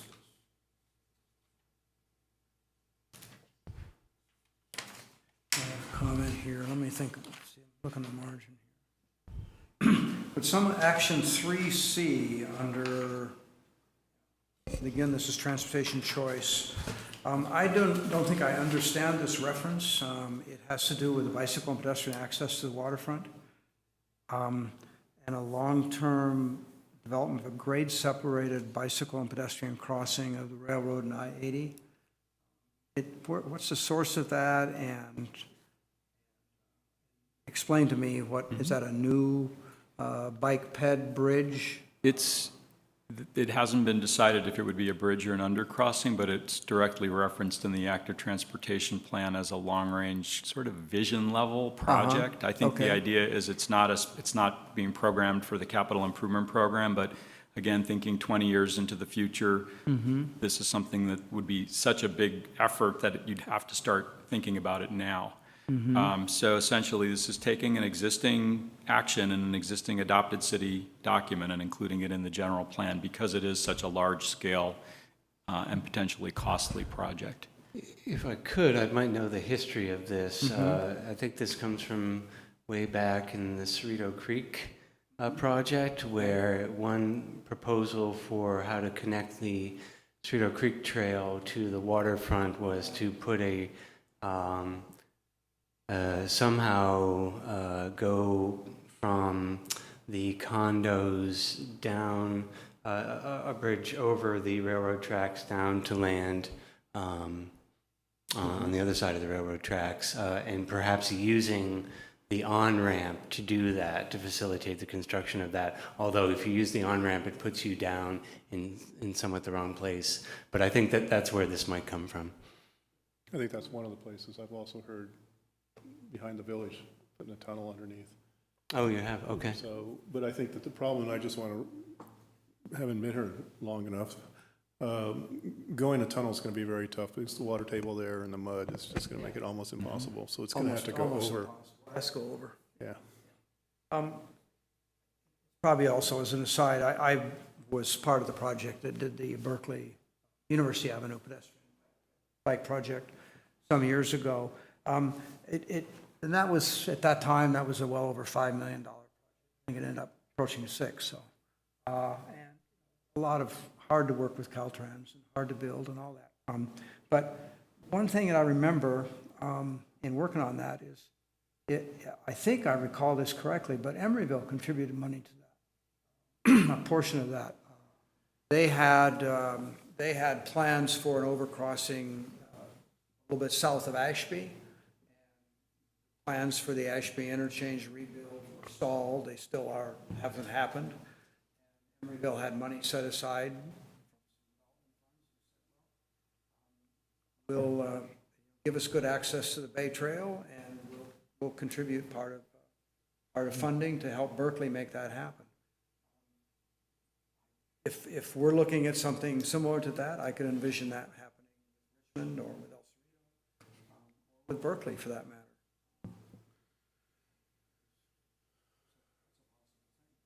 We have the Joint Powers Authority for Tom Bates Field, athletic use. That's a big draw, and could connect, something in Albany could connect pretty easily to the Gilman Street. If you're familiar, I haven't really looked at the roundabouts that Berkeley's proposing for Gilman there, but Quite familiar with them? have they incorporated any bike? Yes. Okay. Yeah, yes, quite sure. Okay. And also, in fact, the Tom Bates Fields were moved back a bit and laid out to make space for the double roundabouts. And there will be a bike way to get bicycles through there. Okay. Safety is the goal 4. Any comments here? I just, I'd like to, I'd like to say that the policy 401 is great, and I would suggest that maybe we add report, collect and analyze and report on data from traffic accidents. I know that it's very very frustrating to many that when the police report at Traffic and Safety Commission meetings about accidents, they do not report on the details of bicycle and pedestrian accidents, for example, who's at fault and what the injuries were, or if there were injuries. And so I would support the addition of the word report there. I would refer that to the city attorney because I think that there's an issue with assigning blame. Well, perhaps not the at-fault data, but the amount of data being reported in the incident that I am referencing was minimal. Do you want to point out action 4A is that there will be an annual safety report, although that is just on bike and ped accidents. Ah, right. Right there. Yeah, yeah, okay, I missed that. Good, yeah. That is good. Is annually enough? That's a good start. I just had a little note on policy 410, and I think Albany is not as guilty of this as a lot of suburban communities where the street standards got progressively wider and wider and wider due to, fire departments saying they needed the ability to pass 4 trucks at one time while 2 cars are parked. And I think, neo-traditional town planning has brought that back, and in many ways our streets are, at close to the minimum. Though pursuant to our discussion earlier with the possibility of an island or a wandering sidewalk, it may be that areas on the hillside in particular, we ought to look at more red curbs and one side only parking. Now, is that an action item here? I think that's kind of what the Traffic and Safety Commission was suggesting, so I would second that. And it sort of relates back to emergency vehicle access on the hill in particular. And I'd also, on, was it 4B? Yeah, 4B, action. We need to add something in that over 16-year-old bicyclists are not on the sidewalk. So it's not just enforcing the automobiles, but actually it was a funny situation today. I took my 1.5-mile walk at lunch and had to actually almost got hit 4 times in downtown San Rafael by older people on bicycles cruising down very quickly down the sidewalk and perpendicular to the sidewalk. And it was like, tomorrow I call the police department over there and say, you guys got to start enforcing this. Yeah, I think It's a rule? 16, over I think 16? you 12 cannot- actually is what our ordinance says. Yeah, so, I mean, with this, hopefully going further with more bike riders, they have to be aware that, Oh, were you saying over 16? yeah. Oh, I thought you were saying over 60. Over 60. Actually, some of them are pretty close to over 60. But it was actually it was very irritating you always have to be looking out and having people come in and almost colliding bicycles on the sidewalk, and you go, guys, you should be in the street. I mean, sorry, but you're old enough that you're not supposed to be on the sidewalk. So I think that, I fear that we need to educate people on those rules also. I think that's a good one. It should I be parking stand- and bicycling on sidewalks. Yeah. I stand educated, I didn't know that was the law. Well, I've been informed by the Albany Police that they don't enforce it in Albany. Right. Yeah. Well, they don't enforce it in most cities, but it could, with a growing bicycle population, encouraging more pedestrians. Unfortunately, I see there may be now a competition for that space between pedestrians and bike riders. And so I'm concerned. Yeah, no, I think that's fair. Not that I want to see everybody out on the street, but if we have good bicycle paths and bicycle lanes.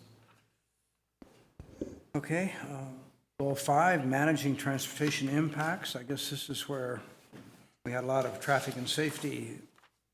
Here, is this where cut-through is and all of that? Yeah. Okay, any comments from the P&Z members on this section?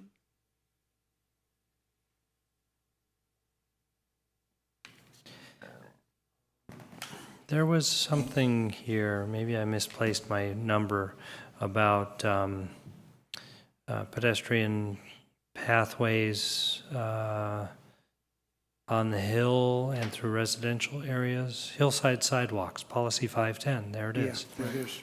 And I think that's great.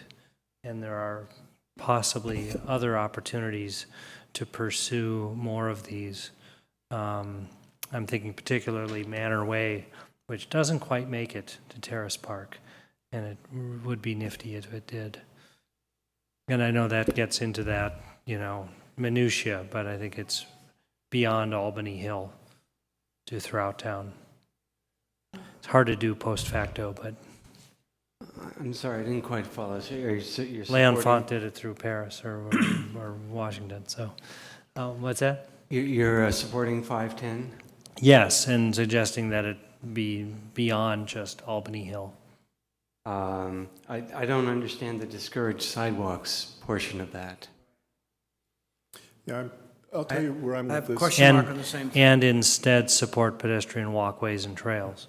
I'm gonna, Maybe the discouraged sidewalks should be reconsidered. yeah, I think that I have an issue with that because older guys like me like to walk up to Albany Hill. I have to use the streets because the grades are more gently than, Okay, well, I would support you in that. so. I guess I was focusing more on the encouragement of walkways and trails in do addition want to that. sidewalks. In addition We to. Yeah.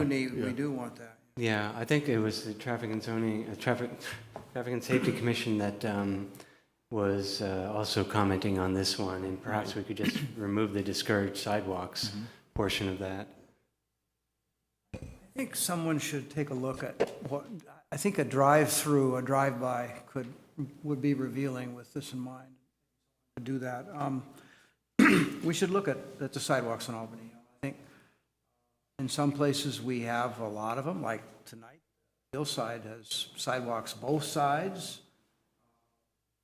Some cases 5 feet wide. Most of the length on the is 5 feet wide. I think that project we worked with on Madison a few years back did not have sidewalks in front of it, but they did have them on the downhill side, street across the street. Maybe this is something that could use some study. What I'm thinking again, would we encourage them on the downhill side where it's easier to put them there, or not? Do we look at it and say, well, almost all the streets have sidewalks, so let's finish them up? Kind of what my attitude was.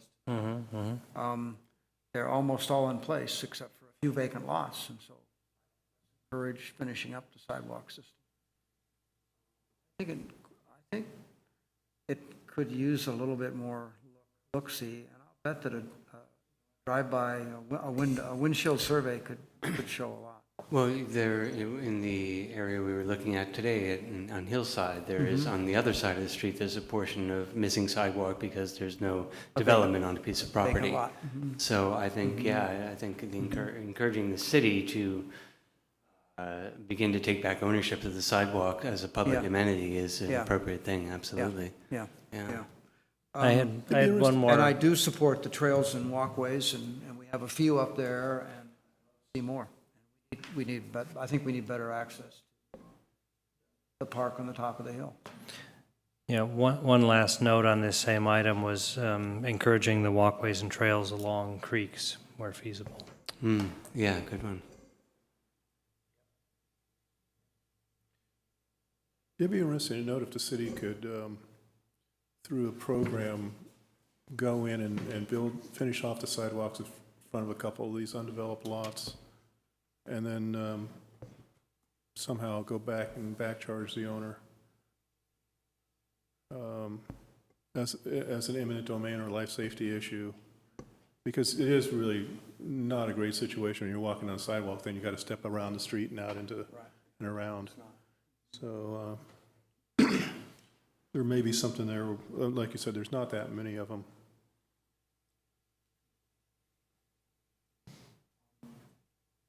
Barry, are we going to talk in the conservation element, or will trails and pathways be brought up In there? recreation and open space, Recreation. right.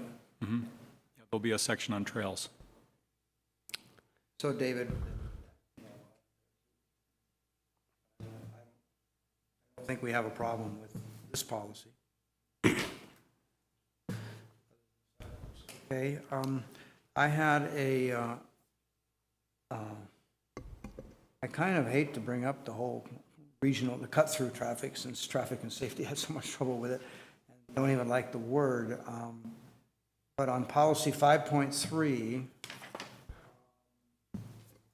I was thinking, immediately what comes to my mind is Marin Avenue, which serves Thousand Oaks neighborhood of Berkeley, basically, between there and the freeway. Is that the cut-through traffic that we're talking about here, or isn't that one of our predominant issues? When we were restriping Marin, it became a big deal. The biggest discussion was on 5.4 rather than 5.3, and it was mostly about how do you know when traffic is cut through traffic versus somebody just taking the shortest route to get home or to go to their destination. and that the issue, again, was we want to concentrate traffic on particular streets that are designed for that volume of traffic. And for those who don't drive on those streets, we want to encourage good driver behavior, safety, driving within the speed limit, enforcement, and so forth.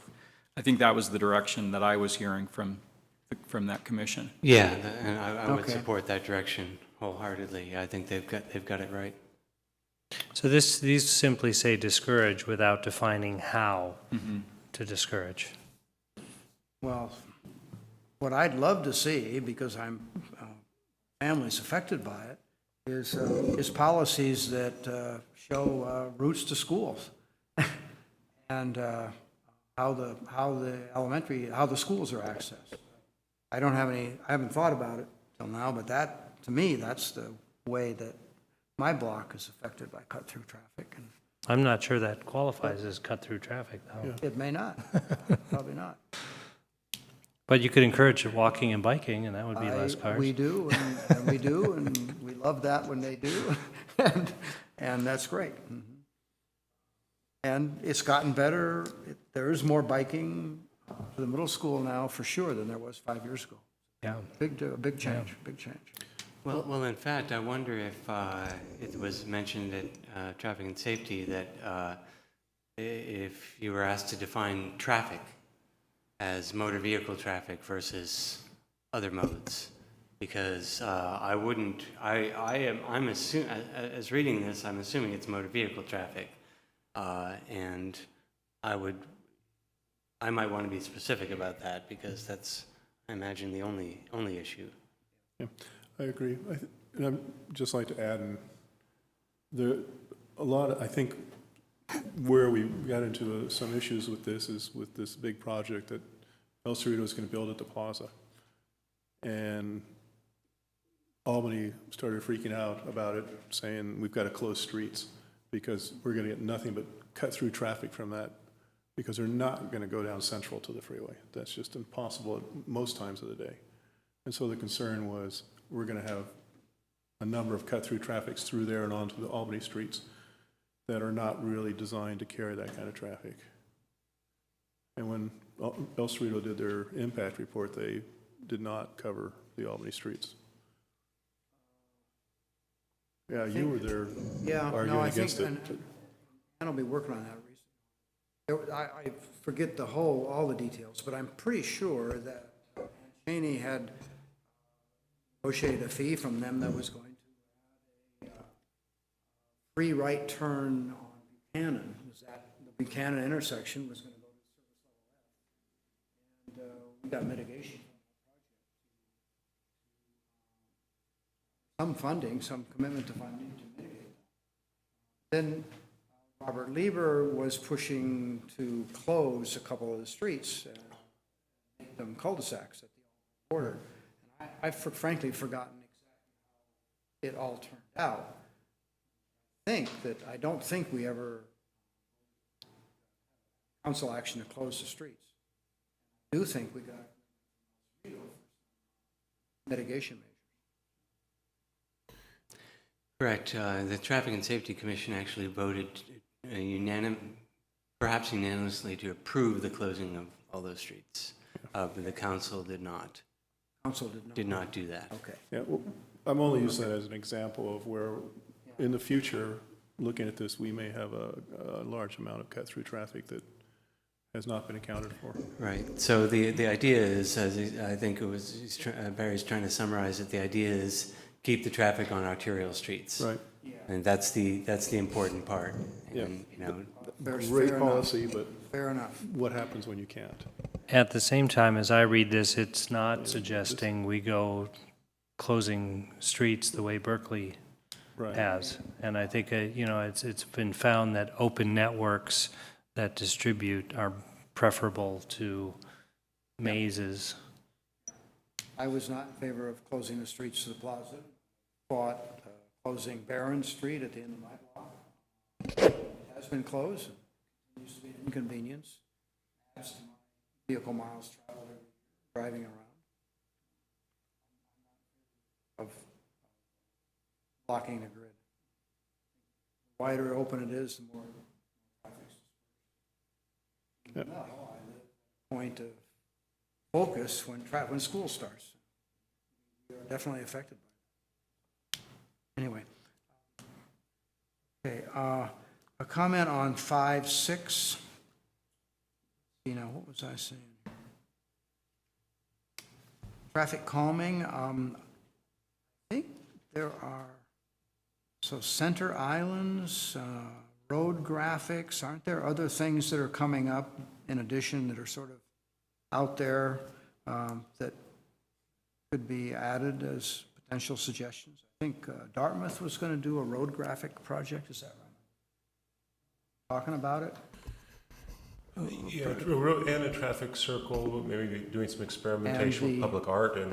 That's what I'm talking about, Yeah. the traffic circle, the little center islands there. Right. El Cerrito's done a few of those. Right. So I would add those to the list.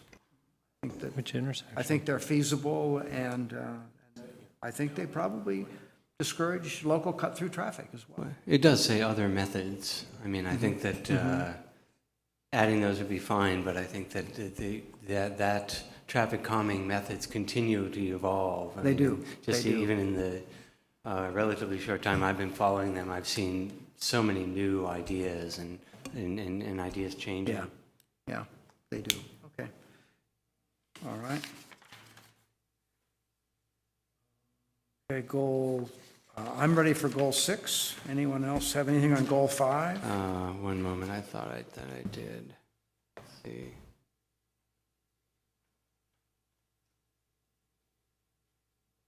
I'm actually I should really almost completely take back what I said about adapting the elements from 92, because there's some really good ones. But I think there were a couple that we're going to come to that seemed to be a little problematic. No, I think that's it for me for 5. Okay. Goal 6, vehicle flow. At the beginning for the policy statement, I would add motorized vehicle traffic here. I think that's what we're talking about, but maybe not. Did I understand that traffic and safety recommended both motorized and non-motorized They vehicle did. flow? They asked actually that we specifically Motorized include and non-motorized, non-motorized. yeah. Are there policies and action items here that deal with non-motorized? To the extent we're talking about balancing modes, I think through the whole element,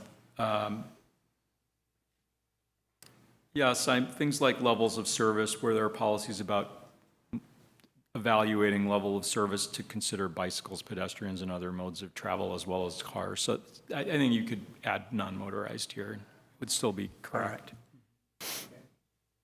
It is mostly about motor vehicles. If we can encourage the creation of street-separated bicycle pathways. I know we have the main artery along the BART tracks, but having spent a weekend bicycling along Rails to Trails projects in Wisconsin, it is so delightful to bicycle without being adjacent to automobiles. It would encourage it.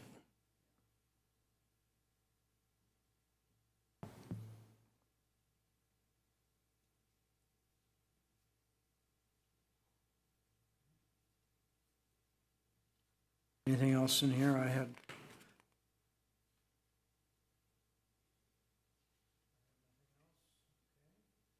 Parking, goal 7. Any comments or issues raised here?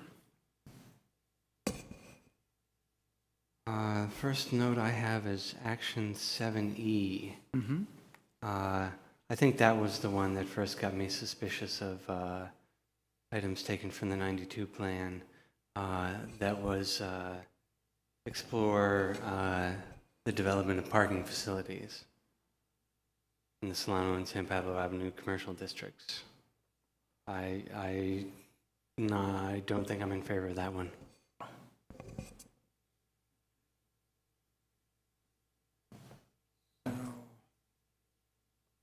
Think about that. We worked on the zoning ordinance that came up for a few opportunities in several different ways. There was talk in the zoning ordinance about in lieu fees, commercial businesses, that have an exemption for your first 1,500 square feet, but after that, you're supposed to provide parking. Some people can't, have difficult doing it. So there was talk at the time about creating an in lieu fee program that would actually be used to go toward the possibility of city-supplied parking to support the commercial district. For example, small structure, say, behind the Sizzler was one, or behind the Albany Theater. Add in, find a way for another 20, 30, 40 parking spaces at specific locations. If you had, for example, if we redeveloped that node down there at Pablo and Solano, and we got a lot more intensive development and a lot of new commercial, part of it would be exempt. The land would be short. One possibility for providing the parking that would be required might be doing something in lieu fees and city contributions to parking behind the theater, for example. Very walkable and very accessible there. Or the Bevmo lot.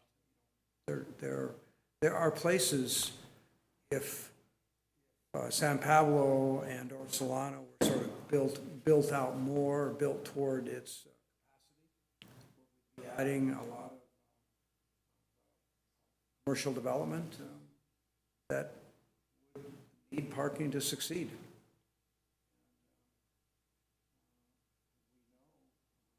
That is a reality of it. So I think that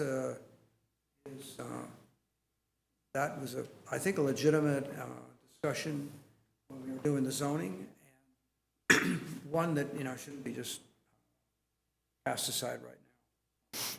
I think we would want to have the options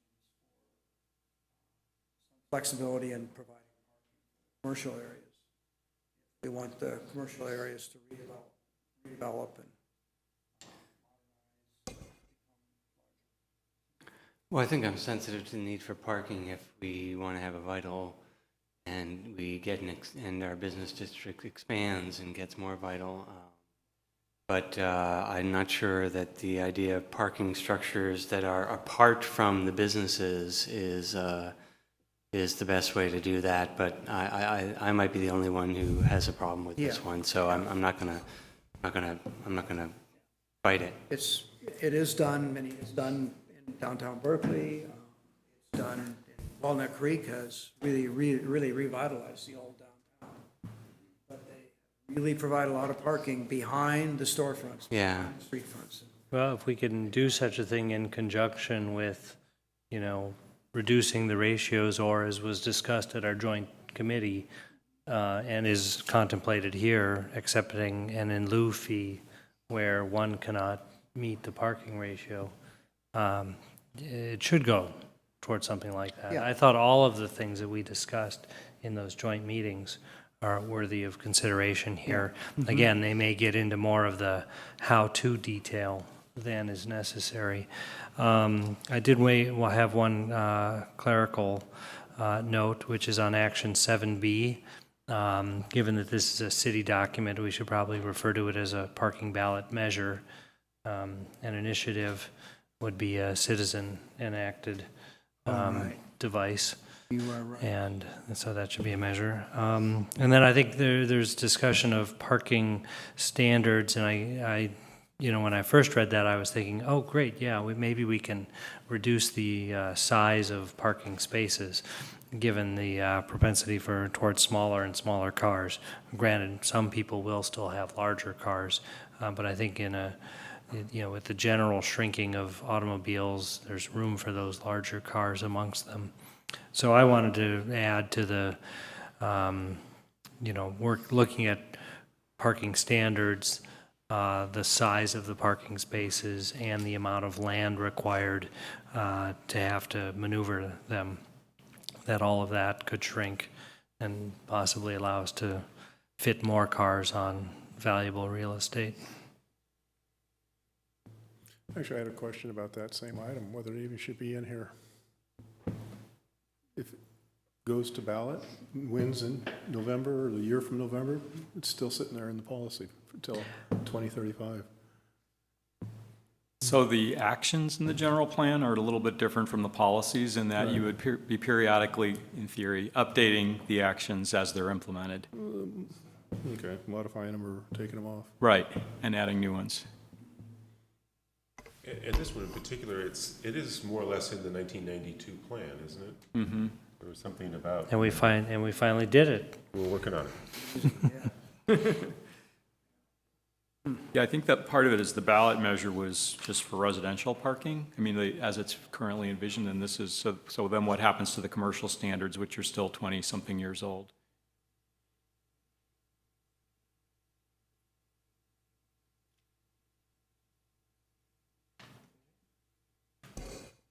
I think on action at 7F was one of the ones that Traffic and Safety Commission had some problems with and comments. I think I would agree with the comments from the Traffic and Safety Commission on that one. That You're saying 7F? 7F, action 7F. That occupancy deed restricted to tenants without cars, it would be not enforceable and therefore not very valuable, I think was the comment.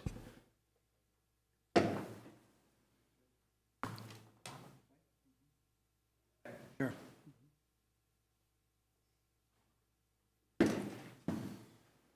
Yeah, I also had a comment on 7B.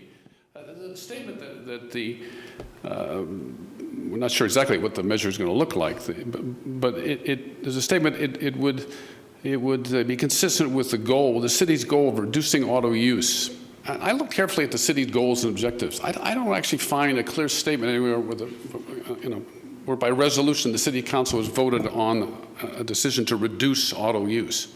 So I think that's a little overreaching.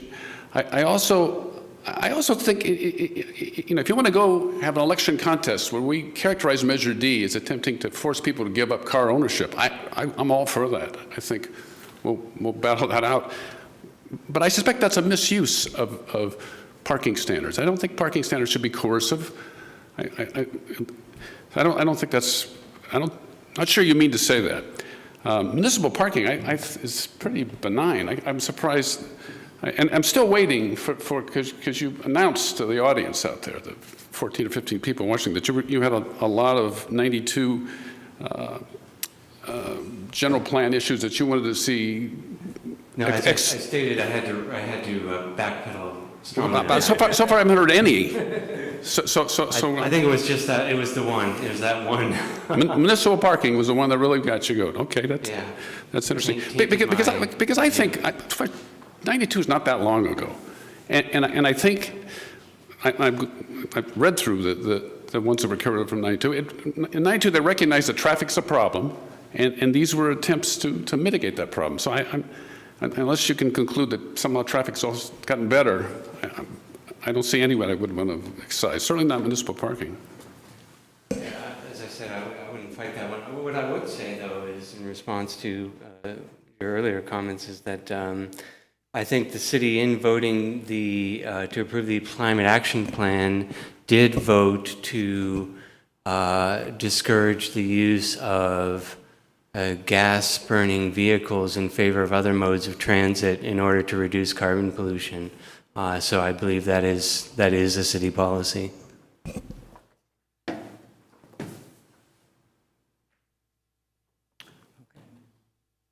Anything else on parking, goal 7? Do we have any comments on the traffic and safety comments? I do. Please. I think that in general, I thought they were great comments, and I highlighted a number of them, and I wanted to yes, encourage the use of vehicle miles traveled as a measure, as a metric, because it's my understanding that that's what transportation planners do use mostly when they're gauging the impact of a project.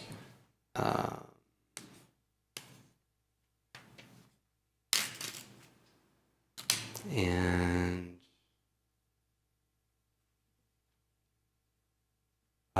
yeah, again, I think we already talked about cut-through traffic. I agree with those comments. I guess we might have already gone over most of these. I wanted to agree strongly with the comments on Goal 7, avoid too much government regulation of parking and let the market dictate some of the standards, in particular pricing. And yeah, I think that's it. All the rest of them were covered as we went through the document. On the same thing, I guess I just have to comment that I think the reality is that paying cost of parking in Albany has the expectation of we have voters have said no parking meters, not even a quarter for parking. We don't have fees for parking exceptions. Phil's comments, notwithstanding. So the reality of high cost of parking and letting the market dictate it, I just don't think is very relevant to Albany. It's relevant in San Francisco, relevant to Albany, and I don't see change in the immediate win, probably not in the term of this general plan. We really don't have a parking shortage. Particularly, we have isolated little spots where we have a tradition of an expectation of free commercial parking and expectation of, and we have mostly two off-street parking spaces for most of the city. So I guess that's where we pay for parking.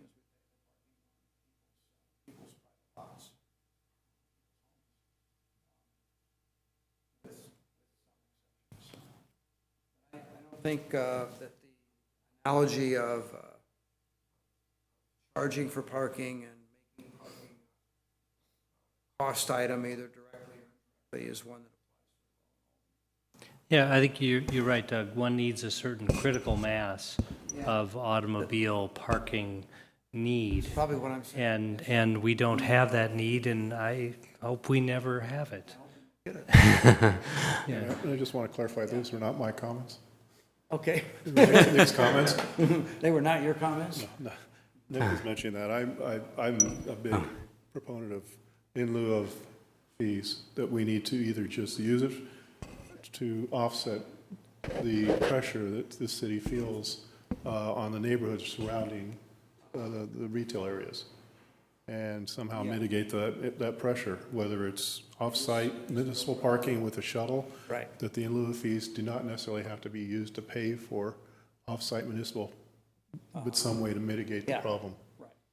And so that's my comments, so you can disagree with Yeah, those. and I think what we're saying, the side of the free parking that we can agree on is that, the creation of a parking space on private land has value. And and we as the Planning and Zoning Commission are giving away the requirement that people develop those, and maybe we should be requiring some compensation, because when we give someone the ability to not have to build a parking space, there is very likely the pressure on our city streets that parking goes somewhere, and that's where a fee is appropriate. I think this supports exactly that. Yeah. Okay. Anything else? Yeah, so I just want to, I have some other comments, but I wanted to respond to that by saying that I don't know that a survey has been done about the parking capacity and the parking, how well parked up Solano or San Pablo is on a busy day. And my impression is that, yes, we don't have the same problems that other, same impression that you do, is that we don't have the same problem that other jurisdictions have in that regard. However, if we've never done a survey, I don't think we can say for sure. So with regard to parking meters, I would support the suggestion in here that we consider a study to see if parking meters, or if parking in our commercial districts is indeed completely parked up during busy times, causing people to have to drive into the neighborhoods, or drive farther away from their business, or decide not to go to that business because they can't find the parking place.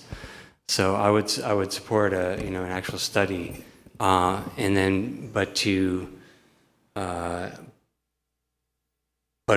part of that is that we allow the commercial traffic to bleed onto the residential streets, and that's one reason perhaps why we don't have the parking problem along the street itself, along Solano particularly itself.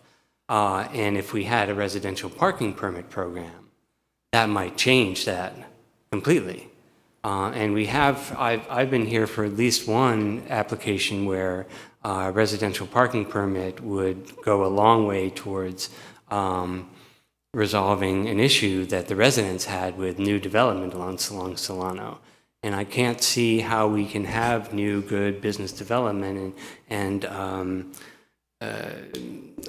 support businesses without getting the residents buy-in, and one way to get their buy-in is to do a permit program. So I would also support language that we consider doing a study, an action that we consider doing a study of a parking permit program, and could we afford to do that? Could we adopt such a program with a neighboring city in order to share the costs?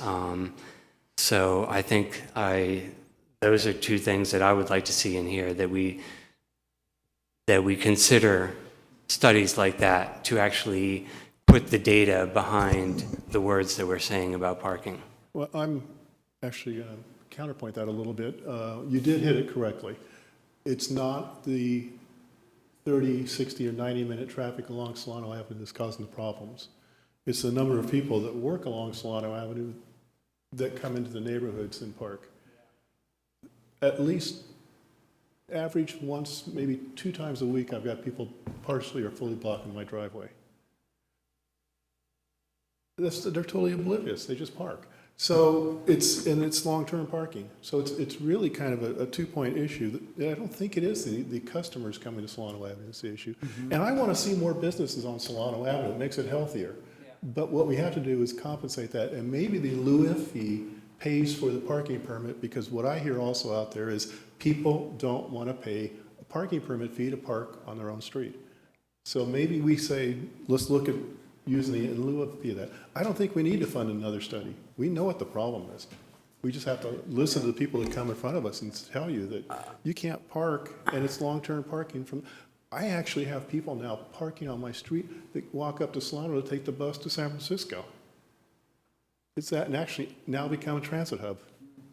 Well, I think that it's great that we can agree that, I think we do recognize all these various problems, but I think that we can't formulate, if we were to actually get serious about a parking permit program, I wouldn't feel very comfortable moving forward if we actually didn't have the real data about who is parking on the side streets and how many stalls are occupied during the busy times. I don't know why we need to fund another study. It's parked up. It's maybe parked up. We do 80 have to one, 85% of the time. but it's old. We do have one, but it's probably It 8 or really 10 years doesn't. old. I'm totally against, if you're going to spend money, spend it on a solution and not another study. I'd like to add another action item. under this one, which would be to continue the steeper angle parking along the length of Solano Avenue, as well as explore angle parking on the wider side streets for at least some portion of those blocks. Yeah, and where I was going with this also, connected to that, would be look at parking permits for workers on Solano Avenue that allows them to stay longer than 60 or 90 minutes. So that they're paying for that parking. This is done in other cities. You can pay to actually park at a meter. You can rent the meter for in front of your business, or, you know, that you can then, as a owner or something, you can park on the street. Why would you do that? So it's because it's closer to your business. Yeah, but then your customers can't park. Well, that's up to them to decide which is more important. But for us, it would be get some of this long-term parking off of the side streets and back. So if you've got a business that's an office-oriented business and not necessarily a consumer-oriented business, you're still parking on the side streets because you don't want to get up every 60, 90 minutes to move your car. Mm-hmm. But if you were able to pay for that ahead of time, not Well, maybe necessarily- we should